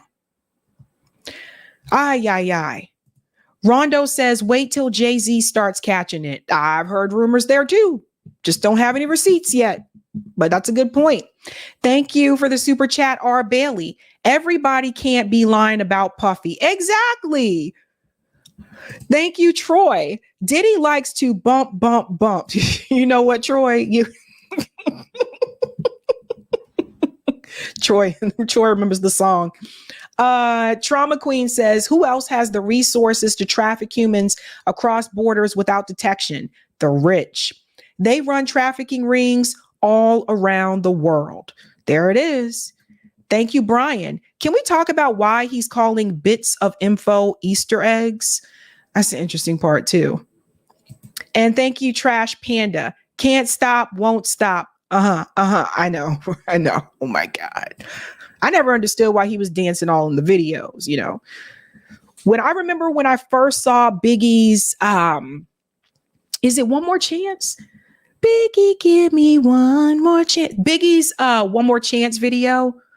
Is it that one? No. It's Big Papa. I love it when you call me Big Papa. Throw your hands in the air if you a true player. For the honeys and the something, playing fellas like dummies. You got a gun up in your waist. Please don't shoot up the place. Baby. Anyway, I remember when I saw that video on MTV, I saw it one morning. I was getting ready for school and I was like, who is this other guy in the video? You know? And he was in like all the videos with like Biggie. I'm like, who is this person? And then I finally saw this interview and they explained, well, this is Diddy, you know, he found me. He's my manager and all this kind of stuff. And I'm like, oh, he just a producer? Why he in the video? Ay. Shout out to R. Bailey for being a member for 2 months. Jaguar Wright started talking about Diddy. She started getting harassed, including by the police. See? There you go. I apologize for my bad rapping. We're moving on to the next story about Lord Jacob Rothschild. Now, Lord Jacob Rothschild was a financier. He actually just died at age 87. But that's not the big part about this story. We need to dive into a little bit about the Rothschild and who they are in reference to the state of Israel. So it says, Lord Jacob Rothschild, financier, dies age 37.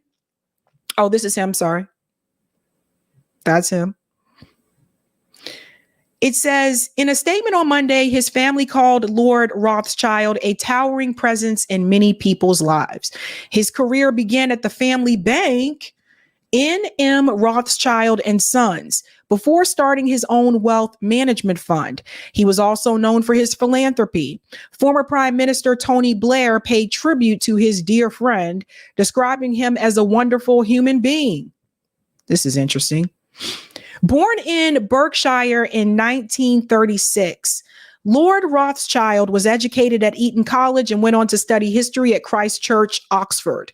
He joined the family bank in 1963, but left in 1980 after a falling out with his cousin, Sir Evelyn D. Rothschild. He went on to build his own financial empire in the city of London, founding investment trust RIT Capital, which he chaired until 2019. The Rothschild family has an estimated fortune of about 825 million pounds, according to last year's Sunday Times Rich List. I believe that should be about 1 billion in US dollars. Lord Rothschild was described as a superbly accomplished financier, a champion of the arts and culture, a devoted public servant, a passionate supporter of charitable causes in Israel and Jewish culture, a keen environmentalist, and much loved friend, father, and grandfather, in a statement released by his family. Lord Rothschild also held roles including deputy chairman at Sky B Television, director of RHJ International, now known as BHF Kleinwort Benson Group, and was a member of the council for the Duchy of Cornwall for the then Prince of Wales. So we need to show something about the Rothschilds, okay? Because they were more than just financiers. I mean, the whole damn family. I want you to hear about the Rothschild family in reference to the creation of the state of Israel. Let's take a look at this. In modern Jewish history, and it begins with 3 words. Dear Lord Rothschild. Dear Lord Rothschild, I have much pleasure in conveying to you, on behalf of His Majesty's government, the following declaration of sympathy with Jewish Zionist aspirations, which has been submitted to and approved by the Cabinet. Pause. Everyone take a look at this letter. This letter was written November 2nd of 1917. This is the letter that declares a Jewish state and Zionism. Now, this is prior to World War II. So when people say that the Zionist state was created because of World War II, or that Zionism was created because of World War II, this was already decided upon prior to World War II. This is 1917. So this is the Balfour Declaration. Why was it that this letter was sent by the Foreign Secretary to your great uncle Walter? It's an interesting question because it was primarily a movement from Eastern Europe, but they didn't clarify who was in charge of that movement. And in addition, it was, after all, in Great Britain. So they felt that the Rothschild family should be the one to whom it was addressed. Okay. Did everybody hear that? He's telling you, this is Jacob Rothschild. This is the one who just passed away. He's telling you the movement started in Eastern Europe.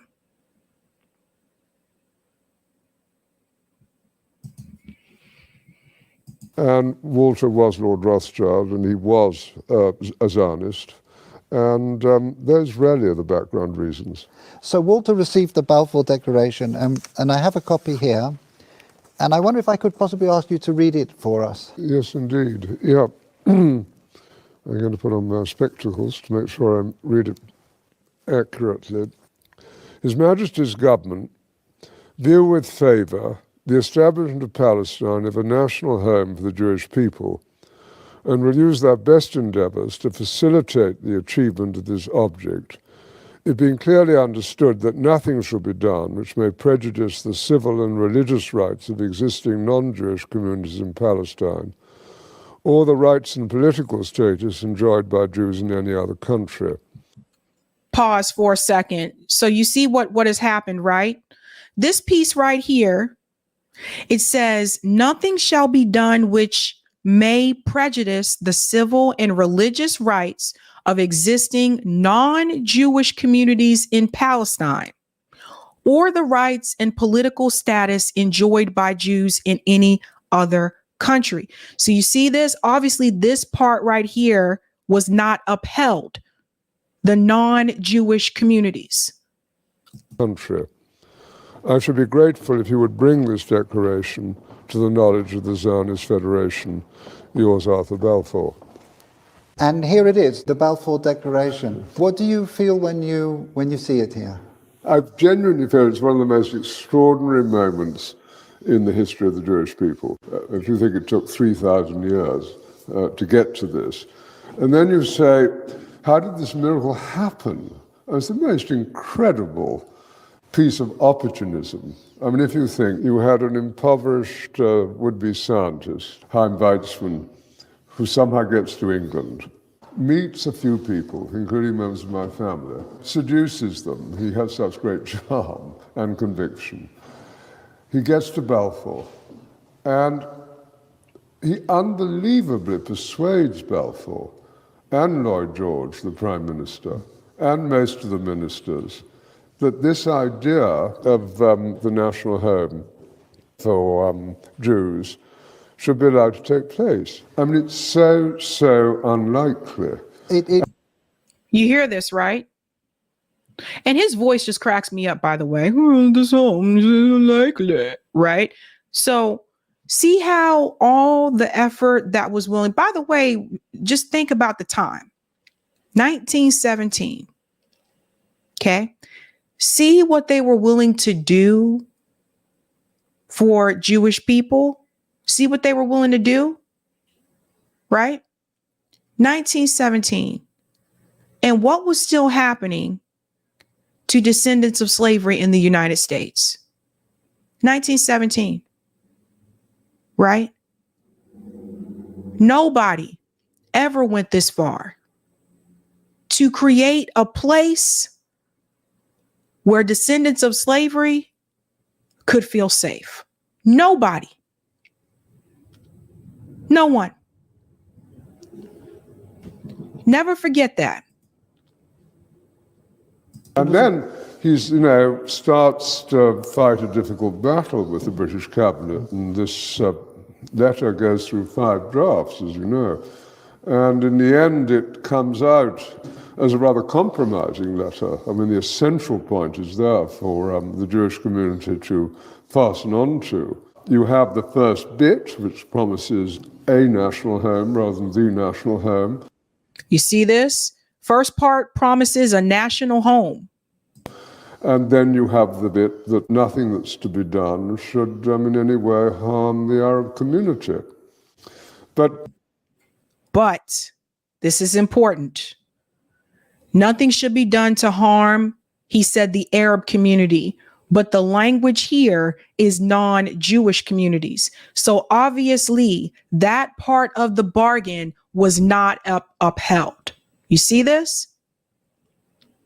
You come back to the big point, which is that this is perhaps the greatest event in Jewish life for thousands of years. And it's a miracle. They started this. Okay?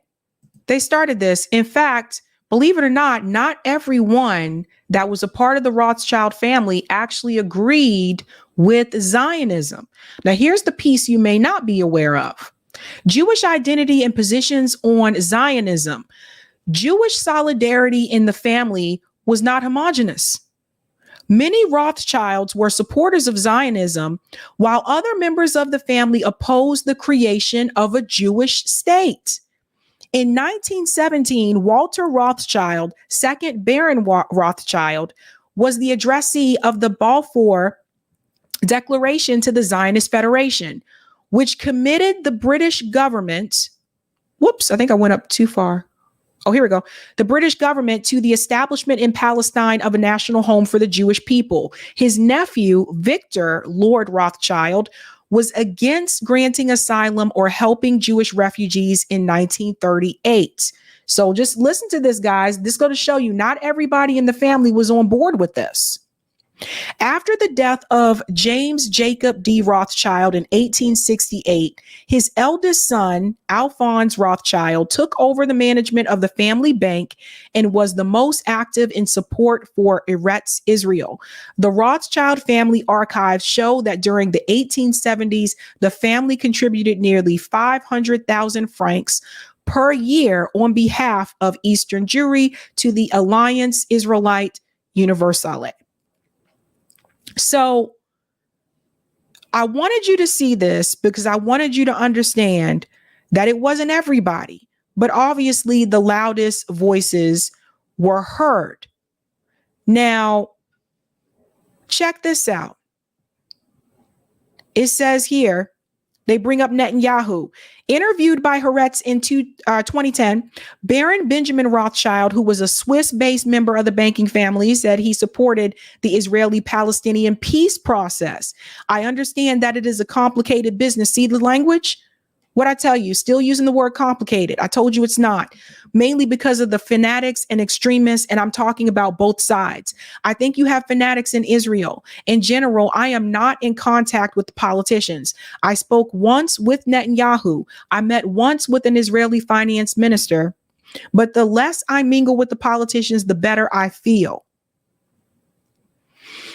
There are places in Israel named after Rothschild family members. So you can see this, Zikron Yaakov, a town founded in 1882 and named after benefactor's father, James Jacob Mayer D. Rothschild. So they even have towns there named after family members. Isn't that something? So I wanted you to see that, because I wanted you to see what these people are really about. That's who started all of this. That's where all this comes from. The creation of it and everything. Look at what they started. We go to some of the comments here. Thank you, Troy. Remember that hierarchy pyramid you showed us of who's in charge? Rothschild's up there. Oh, with the banks, with the banks. Thank you for the super chat, DC. British mandate of Palestine was not established until 1922, following the dissolve of the Ottoman Empire / rebirth as the downsized Republic of Turkey. Thank you greatly, blessed. I said breast. Greatly breast. Oh man, Zionists made transfer agreement with Hitler Party in 1933 to transfer 50,000 Zionist Jews to Palestine. Zionist Jews ran concentration camps to cleanse Orthodox Jews from the population. You go. There you go. I said, yay, breast. All right. Oh man, let me stop. Okay. If you haven't had a chance to do so, go ahead and smash that like button, guys. Thank you very much. All right. Quick announcement, and then we'll go to our final story here. I want to give a big shout out to D Breezy. Be easy. Be easy. Big shout out to Be Easy, because Be Easy actually created some artwork for me. And so I did create a new apparel for my merch site. And it's the Sabby Faces apparel. So shout out to Be Easy for doing the damn thing. So I'm announcing this to you guys so you can see that we do have a new collection. It's called the Sabby Faces apparel, shirts, hoodies. Actually, someone messaged me earlier today and asked me, what about the hoodies? I forgot about the hoodies. And then I think I also have, don't I have the notebook? I thought I made a notebook because they have notebooks now.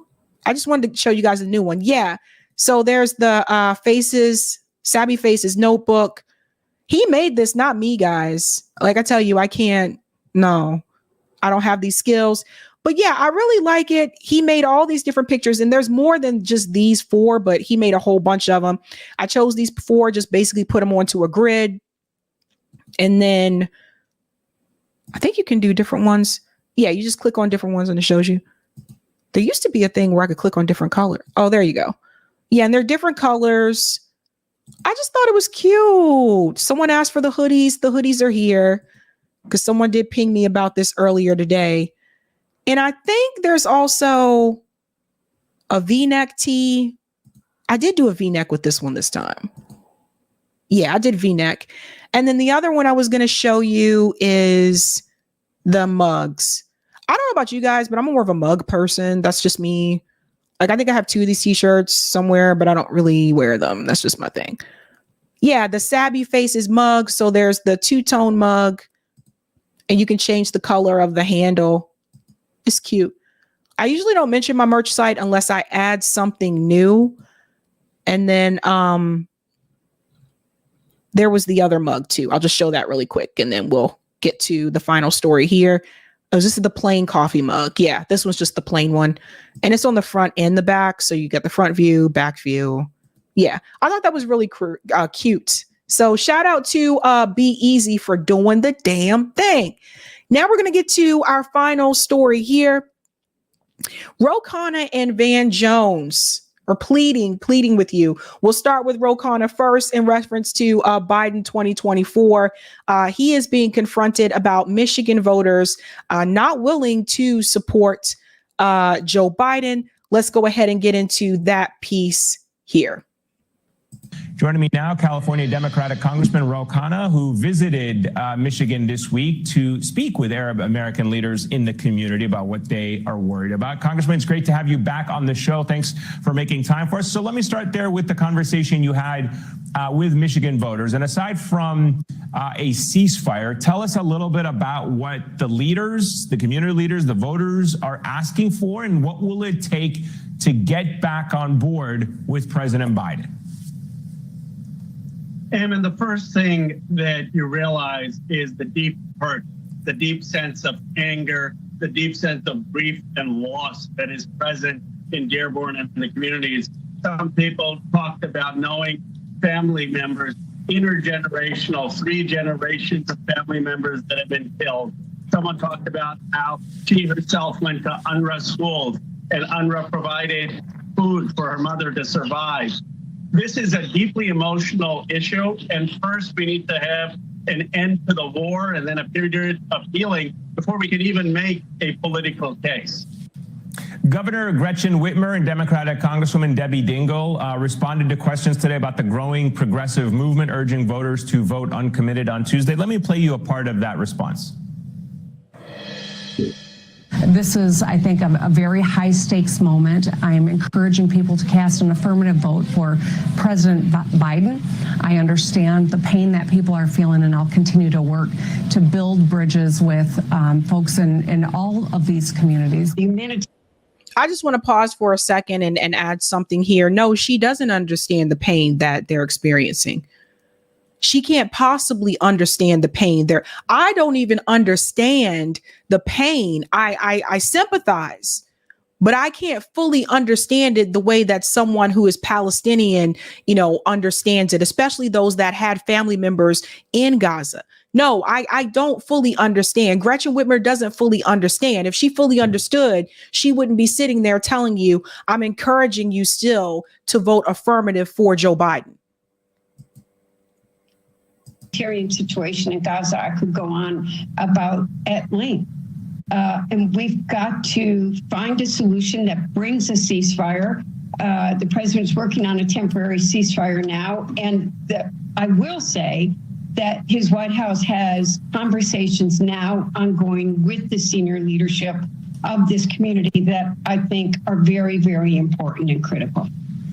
Give me your thoughts on that, Congressman. I mean, given that you have called for an immediate ceasefire and for the United States to place conditions on aid to Israel, why is this president so reluctant to meet members of your party, of his party, and constituents somewhere in the middle and not be where he is on this issue so far to the right? Well, look, I think Debbie Dingell is playing a very constructive role, but we need a change in policy. There needs to be an immediate ceasefire with a release of all hostages. There needs to be the resumption of aid to Gaza, including aid to UNRWA. And the president, I think, has an opportunity to be a peacemaker. He needs to say clearly that the occupation should end and convene a summit with Egypt, UAE, Saudi Arabia, Israel, and Palestinian authorities to actually get to a recognition of the Palestinian state, which the United States hasn't done yet in the UN and in the world opinion, and to make that a reality. I'm hopeful that we will be able to convey to the president and his team that the only thing that will move the needle here is not slogans, it's not messaging, it's not the poll-tested phrases, but is actually a shift in policy. Let me pause here for a second because I want to highlight something that he just said. Hold on to that piece where he said, you know, the only thing that's going to make a shift here is going to be, you know, the policy, right? He said not messaging. Hold on to the piece, not messaging. That'll be important with the Van Jones segment.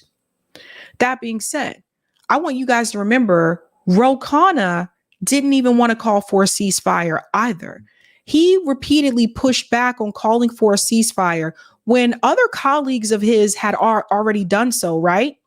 So what forced him to do that? It was actually one of his constituents on a conference call that was recorded and people shared it on social media. I saw it on Twitter, where it was one of his own constituents who told him that she said that she was Jewish and she said she will do everything that she can to make sure that his presidential ambitions are ruined in the future if he does not take the right position on this, because she said that what they were doing in Israel to the Palestinian people, she said it was 100% ethnic cleansing and that he should know better. Some of you remember that call that we played on here. So he actually got pushback from his constituents, but more so the ones that had louder voices and ones that have donated to him before and made it very clear that they would ruin his presidential ambitions. Then the next thing I knew, he called for a ceasefire.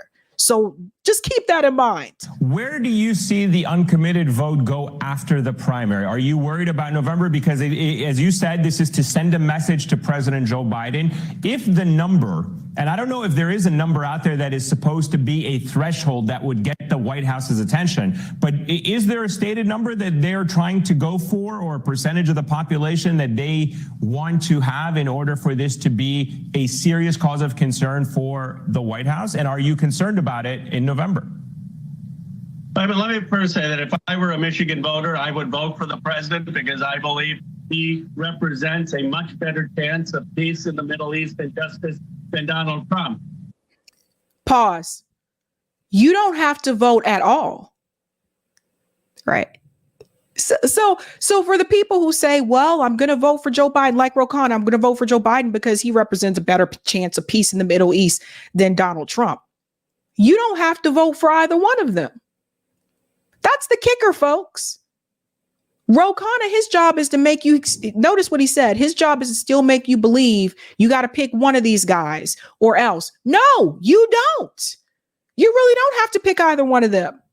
There are other people running outside the duopoly that don't take the same position that Biden does or Donald Trump does. Both Trump and Biden support Israel. Biden has already got us in multiple conflicts in the Middle East as it is. But both of them support Israel. Don't forget, it was under Donald Trump's presidency that he was the one that actually moved the Capitol. So remember that. So don't fall for that. Don't ever fall for that. You don't have to pick either one of them. You don't have to vote for these people at all. But what is unconscionable is some of the Beltway trying to shame those who are voting uncommitted. I mean, these are folks who I may not share their view on, but they're not engaged in throwing paint on limousines. They're not engaged in vandalism. They're not engaged in violence. They're engaged in the most American tradition, which is to use their ballot, the right to vote, to send a message. And I think it would be a mistake to look at this from a spreadsheet way and see a tally up how many are uncommitted. I can tell you if the president, who's an extraordinary politician, spent a half a day in Dearborn, he would conclude the same thing that I have, that we have a lot of work to do to re-earn the trust of this community, that we must earn the trust. The consultants are underestimating it. They say 1 or 2%. What they don't understand is these are folks active on TikTok. These are folks making phone calls. I think there is a misunderstanding of the modern Democratic coalition. It's not just Muslim and Arab American voters. They're voters of color. They're young voters. They're progressives. And to think you're going to make up for this with suburban Republican voters is wrong. You need a change in strategy, regardless of the election results on Tuesday. Yeah, and as the mayor of Dearborn told us, he's never seen an election in which voters are blamed for a candidate losing. So let's hope that does not happen in the event that that uncommitted number is substantial, and certainly one that hopefully gets the attention of the presidents to change course on Israel. Okay, let me just add something here for a second, because I know some people may be wondering, what's the big deal? Why does it matter if they're voting uncommitted in the primary? How does that actually really help Joe Biden? It could hurt him in the general. Because the thing is that if you go back and you look at the election, the primary election between Jimmy Carter and Ted Kennedy, back when the election process was a little bit more fair, not completely, but a little bit more fair, Ted Kennedy actually was able to win states in the primary. You hear this? Like, Ted Kennedy actually won states in the primary against Jimmy Carter. And it's not like he won like 3, 4, or 5. Ted Kennedy actually won, if I remember correctly, I think he won at least 12 states in the primary against him. Right. So what happened to Jimmy Carter in the general election? He lost. Who did he lose to? Ronald Reagan. So that's what the fear is. Here's my thing. If it were me and if I were in their position, regardless at this point in time, regardless if Joe Biden calls for a ceasefire, I still don't think they should vote for him. For all of you that are in Michigan, all of you that are, Muslim voters in Michigan, I don't think you should vote for him, period. I don't think you should vote for him in the primary. I don't think you should vote for him in the general. I think you'd be better off just going to the polls in Michigan, voting for the ballot measures for your state, because Michigan will have ballot measures this year. And other than that, you can leave the presidential spot blank. At this point in time, you don't need to vote for him. This whole call from Rashida Tlaib, where she was like, vote for uncommitted in the primary. No, if you were serious, you would have been telling people to vote uncommitted in the general. And I'm not going to tell people in Michigan not to go vote at all. They should still go vote for those ballot measures.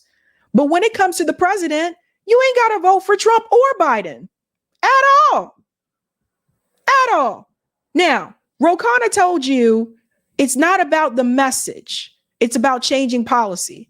I say this because Van Jones and his crew are actually going to say something different. This is actually not the link I wanted. Sorry. Actually, no. We're going to go to this link first. Sorry, guys. It's been a long day. I'm not ready for Van Jones just yet. We got to go to this link here. Then we'll come to Van Jones. But still hold on to that part from Ro Khanna, because I want you to hear from some of the voters in Michigan about what they had to say, whether or not they will support Joe Biden. Because I think the CNN host here, MSNBC host here, I think she's a little taken aback by their comments. Listen to this. Is there a pathway forward for you with Biden?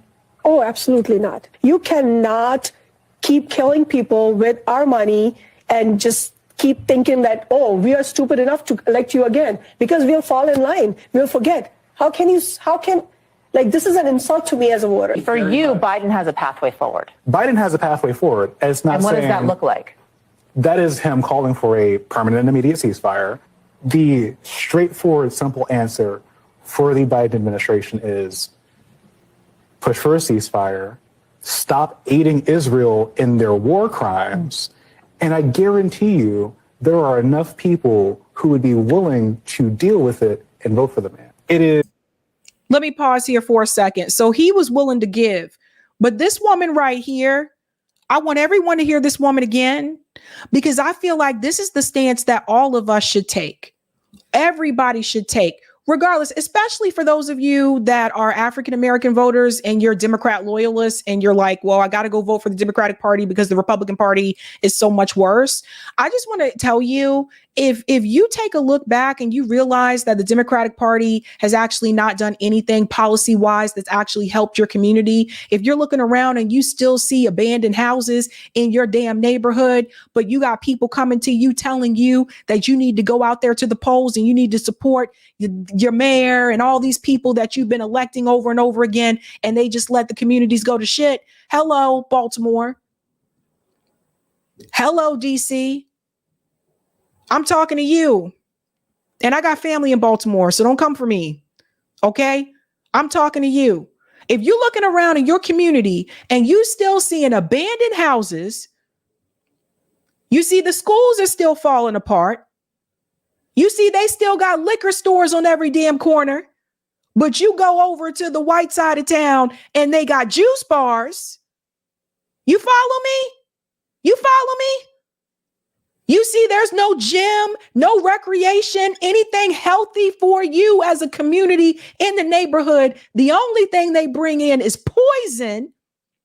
Things are going to continue to destroy your body and destroy the community. Meanwhile, if you go to the white neighborhood, everything they bring into the neighborhood is to make them healthy. Then you already see the game that is in front of you.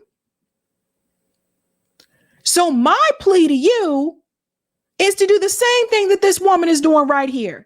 You don't have to go vote for these people. You don't owe them anything. The same thing she said here. Is there a pathway forward for you with Biden? Oh, absolutely not. You cannot keep killing people with our money and just keep thinking that, oh, we are stupid enough to elect you again, because we'll fall in line. We'll forget. Like, this is an insult to me as a voter. For you, Biden. And it should be an assault to anybody who has continued to support these people, and they continue to just do this in your face. In your face. It has happened over and over again. Biden has a pathway forward. Biden has a pathway forward. It's not and what saying, does that look like? That is him calling for a permanent and immediate ceasefire. The straightforward, simple answer for the Biden administration is push for a ceasefire, stop aiding Israel in their war crimes, and I guarantee you there are enough people who would be willing to deal with it and vote for the man. It is, in so many words, insane to me to have the Democratic Party and the Biden administration sit here and essentially say, if Trump happens, it's your fault. If you don't want a Trump presidency, then are you not worried about what he could do domestically to this country? I am. You see this? See, this is the game that they continue to play with you. Are you worried what he can do domestically? Don't know about you, but I've been worried since 2021. I've been worried under Joe Biden. I've been worried under Trump. I've been worried under Joe Biden. I've been worried under Obama. Some of you were worried under Bill Clinton. It doesn't matter if it's Democrat or Republican. Economically, that's what that poll is about. I want you to think about that. The poll that's attached to the top of the live chat. Out of the 4 presidents that I've named, those are the ones I'm old enough to remember. Which one of those presidents do you feel helped you out the most economically? You personally, not what the GDP was, etc. You know, it's like a vaccine. I'm willing to take short-term pain for a long-term gain. I'm willing to let go of Joe Biden and oppose Joe Biden, make him a one-term president, punish Joe Biden by making him a one-term president and pairing his loss with the genocide in Gaza. Why does our democracy, why is having a Trump presidency more important than those people's lives? Why is our democracy more important than thousands of men, women, and children being killed? That's a really good question. I can answer it for her because the host isn't going to tell her the truth, but I can tell her why. Because of money. That's why. We're going to bring up this segment here from Van Jones. Jesus Christ. Because you see how they're trying to put the blame on Muslim voters? Brace yourself, because they're trying to blame black men. Here it comes. I got indicted a second time and a third time and a fourth time. And a lot of people said that that's why the black people like me, because they have been hurt so badly and discriminated against. And they actually viewed me as I'm being discriminated against. The mugshot, we've all seen the mugshot. And I corrected this earlier a couple days ago. I don't know anybody saying that you're being discriminated against. I've heard people say they feel like it's a witch hunt, but I haven't heard black people say you're being discriminated against. So let's not go that far. And you know who embraced it more than anybody else? The black population. It's incredible. You see black people walking around with my mugshot. And Jake asked James Clyburn about that. Also, President Biden had said something recently. He said, Donald Trump has been showing black Americans his true colors for years, an incompetent anti-black tyrant who holds us to such low regard that he publicly dined with white nationalists a week after declaring his 2024 candidacy. Come November, no matter how many disingenuous voter engagement events he attends, black Americans will show Donald Trump we know exactly who he is. And all of those things that he said Joe Biden said about Donald Trump also apply to Joe Biden, because Joe Biden has also dined with white nationalists, and Joe Biden has also had a racist history. What do you think of the support that he's been getting? I don't think it's real. And I don't know if anybody else would disagree with me at this table. I do think that there are two different things that could be true at the same time. One is that the Democratic Party has for a very long period of time taken black voters for granted. And there is a question right now about the energy that is behind Joe Biden from black voters and supporting him in November. Now, this is Bakari Sellers, a.k.a. Bakari Sellout. So he's one of the people that heavily attacked Bernie Sanders' campaign. Then he went on to be a part of Nina Turner's campaign. So he's not a progressive. I don't want you to see him and think he's like this progressive Democrat. He's not. He's another one from South Carolina. The black candidates that they get from South Carolina just end up being a bunch of Uncle Toms. Jim Clyburn, Bakari Sellers. Boy, I tell you. That is true. What's also true and can be said is that Donald Trump is a racist who utilizes racism as a political currency. I can remember going back in studio in 2016 when Jake Tapper was interviewing him about David Duke, and he acted like he didn't know who David Duke was on the eve of the Mississippi primary. The fact that he keeps, and even Lindsey Graham said it tonight, that black Americans have a propensity to commit crimes, et cetera, to hypersexualize us, to hypercriminalize us, to keep falling into these tropes. That is the type of racism that plays to the base of his party. He says these things to black voters to their faces, the ones who are ignorant enough to be in that room, not talking to them. That's what people miss. Donald Trump is not talking to black voters when he goes down these tropes. Let me pause for a second, because a lot of these things apply to Joe Biden too. Okay, let's remember Joe Biden and his good racist friend, Strom Thurmond. Let's remember him. Let's remember Joe Biden hanging out with Byrd. Joe Biden hung out with a lot of white racists, right? But Bakari Sellers isn't going to mention that. Bakari Sellers isn't going to mention the crime bill, isn't going to mention any of those things. Now, he said that Donald Trump has racist tropes. He's not going to mention Joe Biden said he didn't want his kids to grow up in a racial jungle. He's not going to mention Joe Biden sat up there and said to Charlemagne the God, if you got to figure out if you're going to vote for me or Donald Trump, you ain't black. Both of them have done it. Both of them. That's the thing. Bakari is just playing his part. He's actually talking to white voters and to his base to churn them up and build in a lot of the resentment that we see. A lot of the things that we see that are going on in this country about people who are coming out is because there's some fear that they're being replaced either by black or brown voters. And when you see him talking down to black folk in their face, there is a large swath of the American public who says, I like the way that sounds. And that's the currency that he uses. So I think two things can be true. The Democratic Party has been laying on their asses for too long when it comes to black voters. That is true. You're seeing that catch up with them. And Donald Trump's a racist. Yeah, but what explains, I mean, I don't, far be it from me to explain, African-American voting, right? Mm-hmm. But then don't. This is the guy that reminds me of Hank from Breaking Bad. He comes on here every now and then. What explains his rise in popularity? And every poll you see, something has to account for that, right? Well, a couple things. First of all, everything that you just said is correct, which is why the vast majority of black people, male, female, every category, are going to vote against Donald Trump again. Correct. So that's the big solid rock. But there is this margin that's beginning to waver and beginning to move, which is what you're talking about. And I think that there are some people. Look, I mean, when he holds up the sneakers and does that stuff, I mean, Trump, that stuff is horrifying to anybody with good sense. But where's the motion coming from? I think there's some frustration in the Democratic Party that you're talking about, Bakari, that we've been taking for granted. That some of our issues didn't get taken seriously enough this time around, whether it's voting rights, whether it's police reform, et cetera. He's naming the easier positions, right?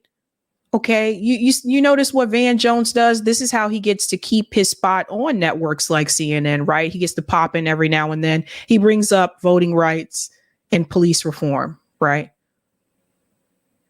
Okay. Why doesn't Van Jones mention reparations? Would he still have that spot on CNN if he mentioned reparations? Because police reform, that's easy to mention. That's easy. The voting rights, easy to mention. But notice when it comes to Black people, notice he won't mention reparations, though, even though there's an entire reparations movement happening across the country through different organizations. Won't mention that, though. And there's some fatigue. And so, and I think you're starting to see that. I think there is this weird nostalgia that is about, well, under Trump, the pre-COVID, the economy was better. We got some criminal justice reform and some of the stimulus support was welcome. So what's actually happening, though, is that there is an online influence campaign. Correct. Some of it, I think, is coming from Russia, China, and Iran that is whipping up that conversation way unnaturally. Yeah, but let me... Negro, please. This has nothing to do with Russia, Iran, or China. People have the nostalgia for the economy that we had prior to Joe Biden, directly prior to him. That has nothing to do with those countries. It has nothing to do with online influence, and it has everything to do with people looking at their bank statements, their bank accounts, and their freaking wallets. It has everything to do with people looking at the prices when they go to the grocery store. But he really went there, you see?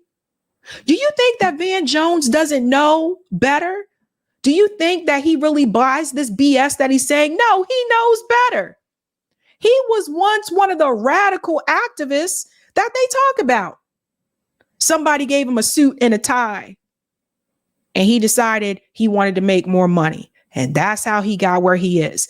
You don't get to sit there having received hundreds of thousands of dollars from Jeff Bezos. He's not just going to give that to anyone. He gave it to you to use you like a tool, you fool. So that's why Van Jones will be there as a mouthpiece. And to repeat the nonsense, everything is because of Russia, China, and Iran. No evidence, no details, just saying things just because. And they'll allow it. And this is why your ratings are so low. This is why. A hot mess. You asked the question, I want to answer it. Go ahead. So there's a solid block that's not going to move. There is some actual legitimate frustration and fatigue, but there's also, and we have to talk about it more, an online influence campaign designed to depress and distress Black voters and to split and to split Black voters. Let me just put on this. No, there's no campaign that was designed to split Black voters. It's called the economy, stupid. It just, here we go again with the voters are not educated enough to understand what they're doing and what they're saying. They're being manipulated by people online. God forbid they actually check their bank statement. They're not intelligent enough to understand. This is ridiculous. Ridiculous. Greens, let me just look at poll numbers. 2000, going back to 2008, seeing some sort of a shift among Black men siding with the Republican Party. We put that up for McCain, 5%, Romney in 2012, 11%, Donald Trump 2016, 13%, Donald Trump 2020, 19%. Can I put it out there that it says Black? Pause. So she is going to bring this up because I want to show you something, what they're trying to do, right? Black male support for GOP candidate. You see, they trying to single out Black men. I've seen them do this shit before. They've done this on MSNBC too. So Black male support for 2008 for John McCain was 5%. For 2012, for Mitt Romney was 11%. For Trump, for 2016 was 13%.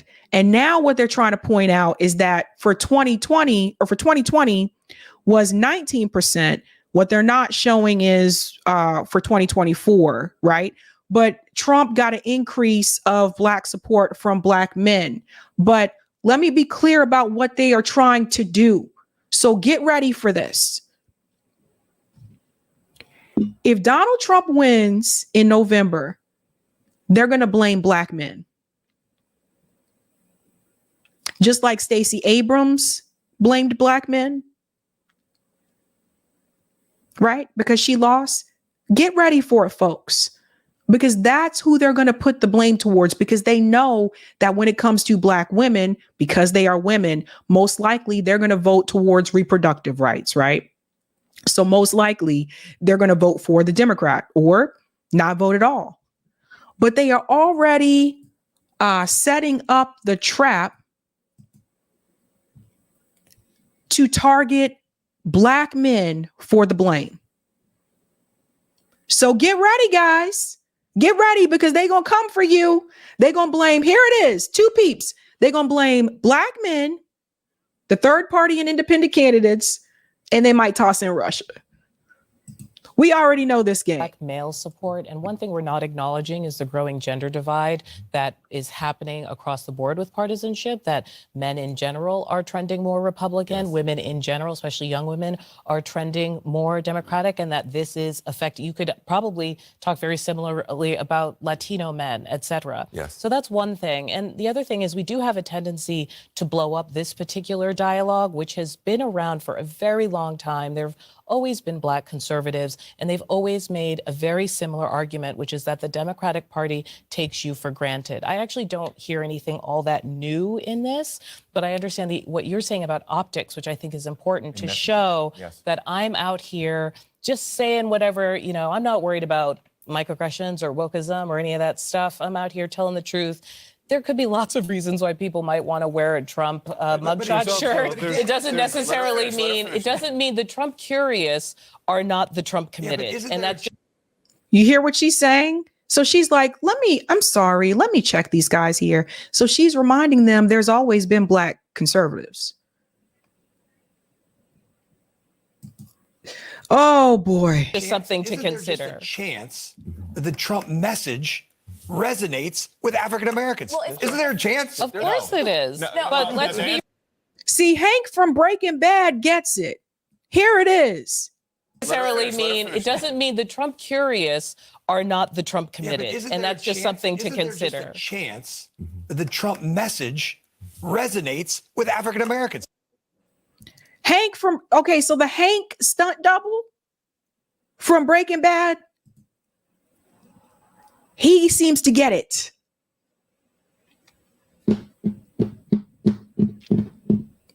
Very telling. Look at the look on Van Jones' face. Look at the look on Bakari Silver's face.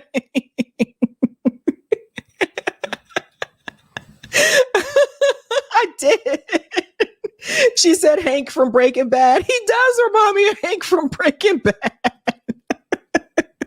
Well, isn't there a chance? Of course it is. But let's be realistic. But let's be realistic about what we're talking about. We're not talking about people just straight up waltzing over to Trump. We're talking about people who decide, I don't care enough about this election because I don't think either candidate will materially change my life. That is where the Trump curious becomes more important. That's the frustration that I have, because Joe Biden has done a great deal for people of color in this country. Here we go with the people of color. Okay. Now, correct me if I'm wrong. Weren't they just talking about Black voters? Here comes Bakari Sellers with people of color. They weren't talking about people of color. He's done separate things for separate groups. Don't get me wrong. Remember, he's done separate things for Asian Americans in this country. He's done things for other groups. They were not talking about them.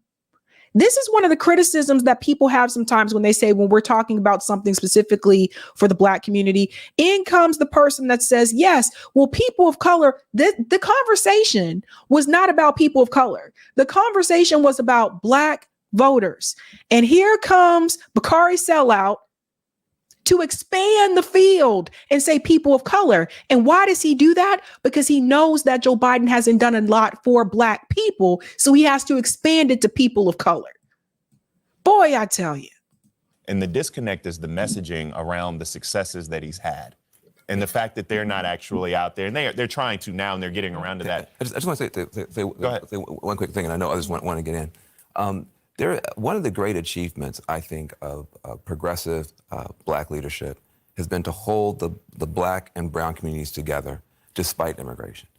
And that is beginning to erode. In other words, there was in the 90s, especially in California, there's an attempt to pit Black and brown together, saying the immigrants are taking Black jobs in particular.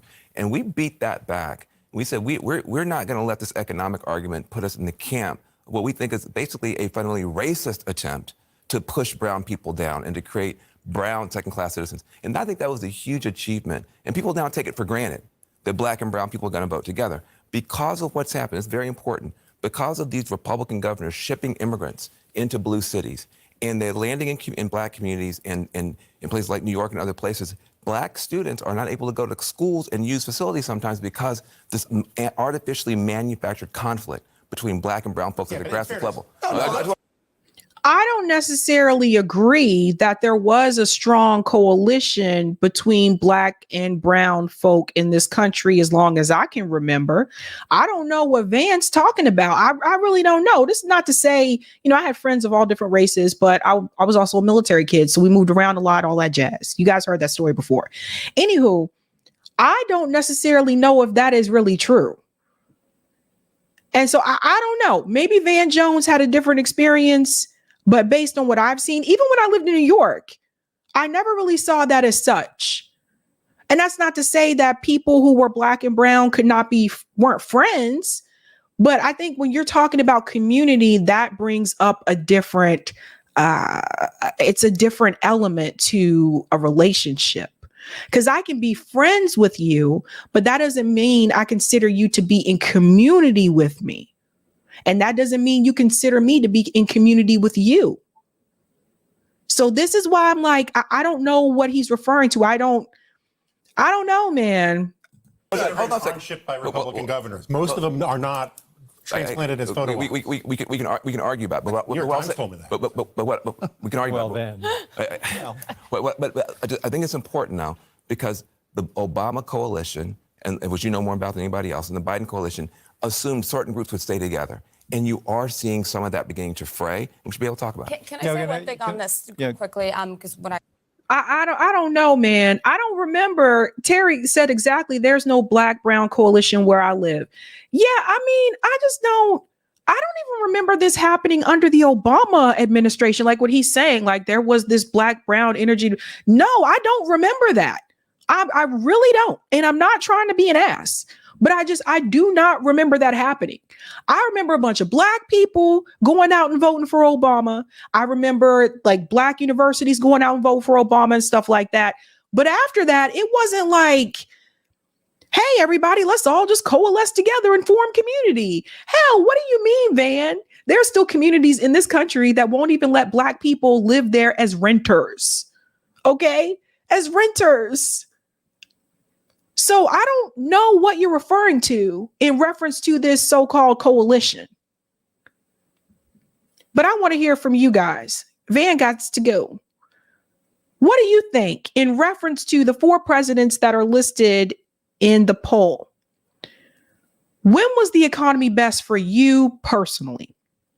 Let's take a look at that poll. All right, it's 853 votes. I know some of you told me you didn't vote because there wasn't a none of the above option. Unfortunately, with YouTube polls, it only gives me 4 options, which kind of sucks, actually, to be honest. Which president has the best economy for you? George W. Bush, 16%. Donald Trump, 62%.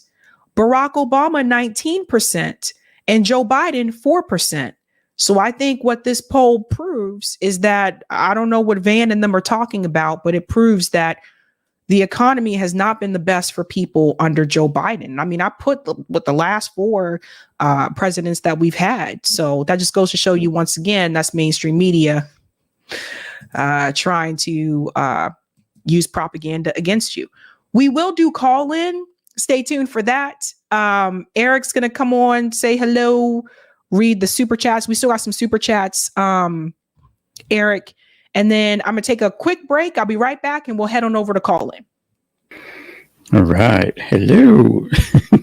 That's how they say it. That's how they say it over there in the UK. They say, hello. Right. Yeah. That guy, old Lord Rothschild's accent was quite something. You know, very old school British. But let's see here. Yeah, so this is where we give Sabrina a little break, and then we'll be transitioning over to the call-in, which you can do on your browser or on your smartphone. We'll be giving you the link for that, or you can go on call-in and search up Sabby Sabs. Not too hard to find. Now let's see what we've got. Excuse me while I move around some windows here. Let's see what we got for super chats, because we had a few come in. Thanks for this one, Sparky. Calling out to denazify Israel. Thanks for this one from Farhaj. My cousin Muniza sent me to your show. Now it's a favorite. Keep it up. Thank you. Yeah, a lot of us feel that way. Appreciate the super chat. Thanks for this one also, Sparky. Build a better world with bricks. And thanks for the super chat, DC, saying Trump didn't move the Capitol. It was the embassy. Yeah, move the embassy. And thanks for this, Brian. BJG24 he's calling for a unity ticket with a couple of your favorite hosts. So we'll see. I don't think that's going to be happening soon, but we'll see. Thanks for the super chat, Jay Tolbert. Jay Tolbert, I think works. Such hypocrisy. Wasn't Biden the one who spoke his agenda of Gino, you know what, at the church where 9 black people were killed? But Trump, right? Yep, thanks for that. And thanks for this one, Troy. The lies took the hair right off their heads. Yeah, it was Bad Cookies in the chat said that shot where these commentators looked like an ad for Rogaine. And thanks to Crazy Puppet for the gifted Sabby Sabs membership. Crazy Puppet's been coming in with a lot of those and appreciate it. And thanks for this.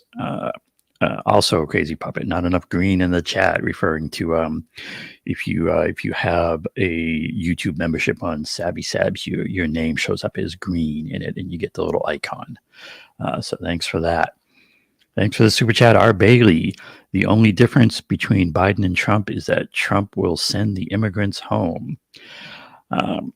And thanks for the super chat, Nah. Like Sexy Red endorsing Trump is an Iranian plot, even though her label is led by a Zionist. They don't make no sense. And thanks for this one from the Crazy Puppet. Sabby, that only proves that your viewers of younger age. Bush economy was fine. Thanks for all those super chats. Yeah, so let's see what so like there was the stuff with the Rothschild, and I know some people really get into theories and whatnot about the Rothschilds, and I think where someone like this guy and Rothschilds in general are just good at, and is good in terms of just calling out how our system really works. Oh, before I forget, thanks for the tip comment on our Rockfin JVB. He said, great content. Love you. And Eric T, thanks. And thank you for that on Rockfin JVB. All right, where was I? Rothschilds. Yeah, well, I mean, there's this core issue, this core way our system works, right? Is you have a small number of people at the top. At this point, they're the billionaires, 100 millionaires, and whether they're Rothschilds or whether they're, a Musk or a Bezos or all the billionaires you don't hear about. The point is, we have this core problem of they have enormous wealth and power, and they use that wealth and power to corruptly influence the political system and get their way. They make the laws benefit them. They make the rules benefit them.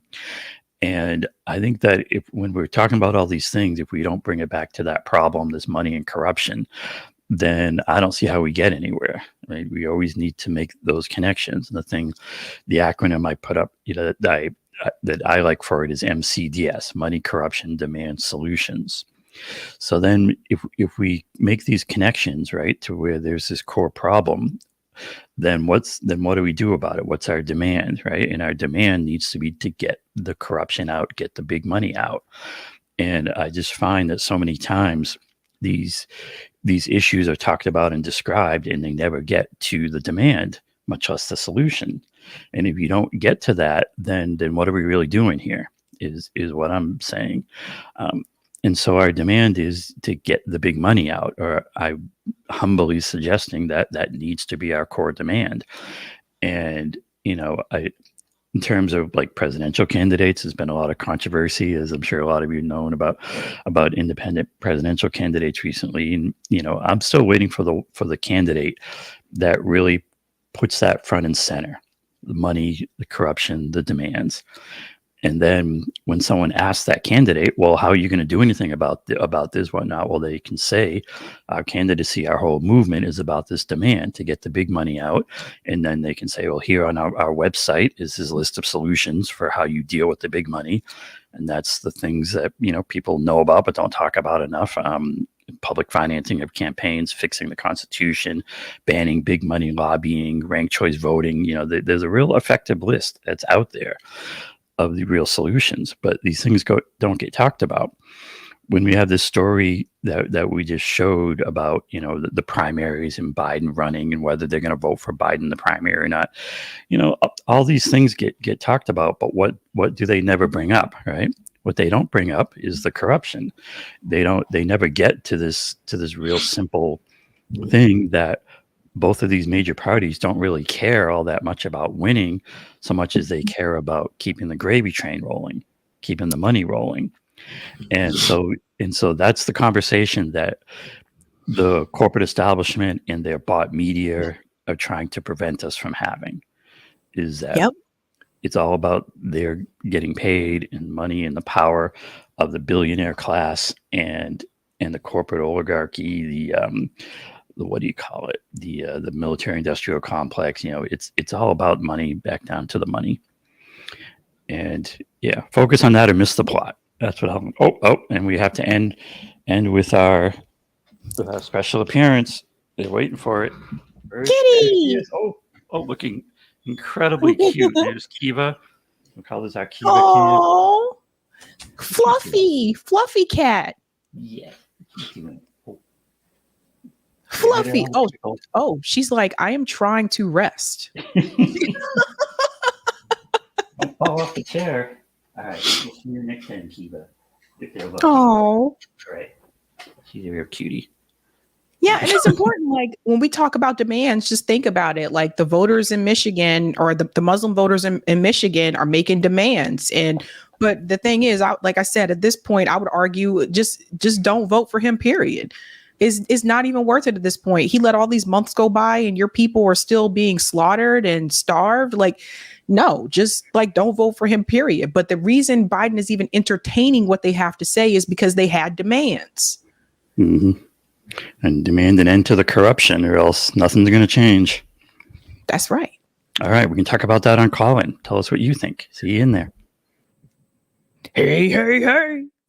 Let's go on over to Call-In. This is episode 56. We have Diddy accuser, Aaron Bushnell, Khanna, and Van Jones, and more, and whatever else you want to talk about. We pretty much have a chill time over at Call-In. Let's go ahead and chat. That link is pinned to the top of the live chat. So I will see you guys over there. And you know how we do this. Have a good night. Keep up the fight.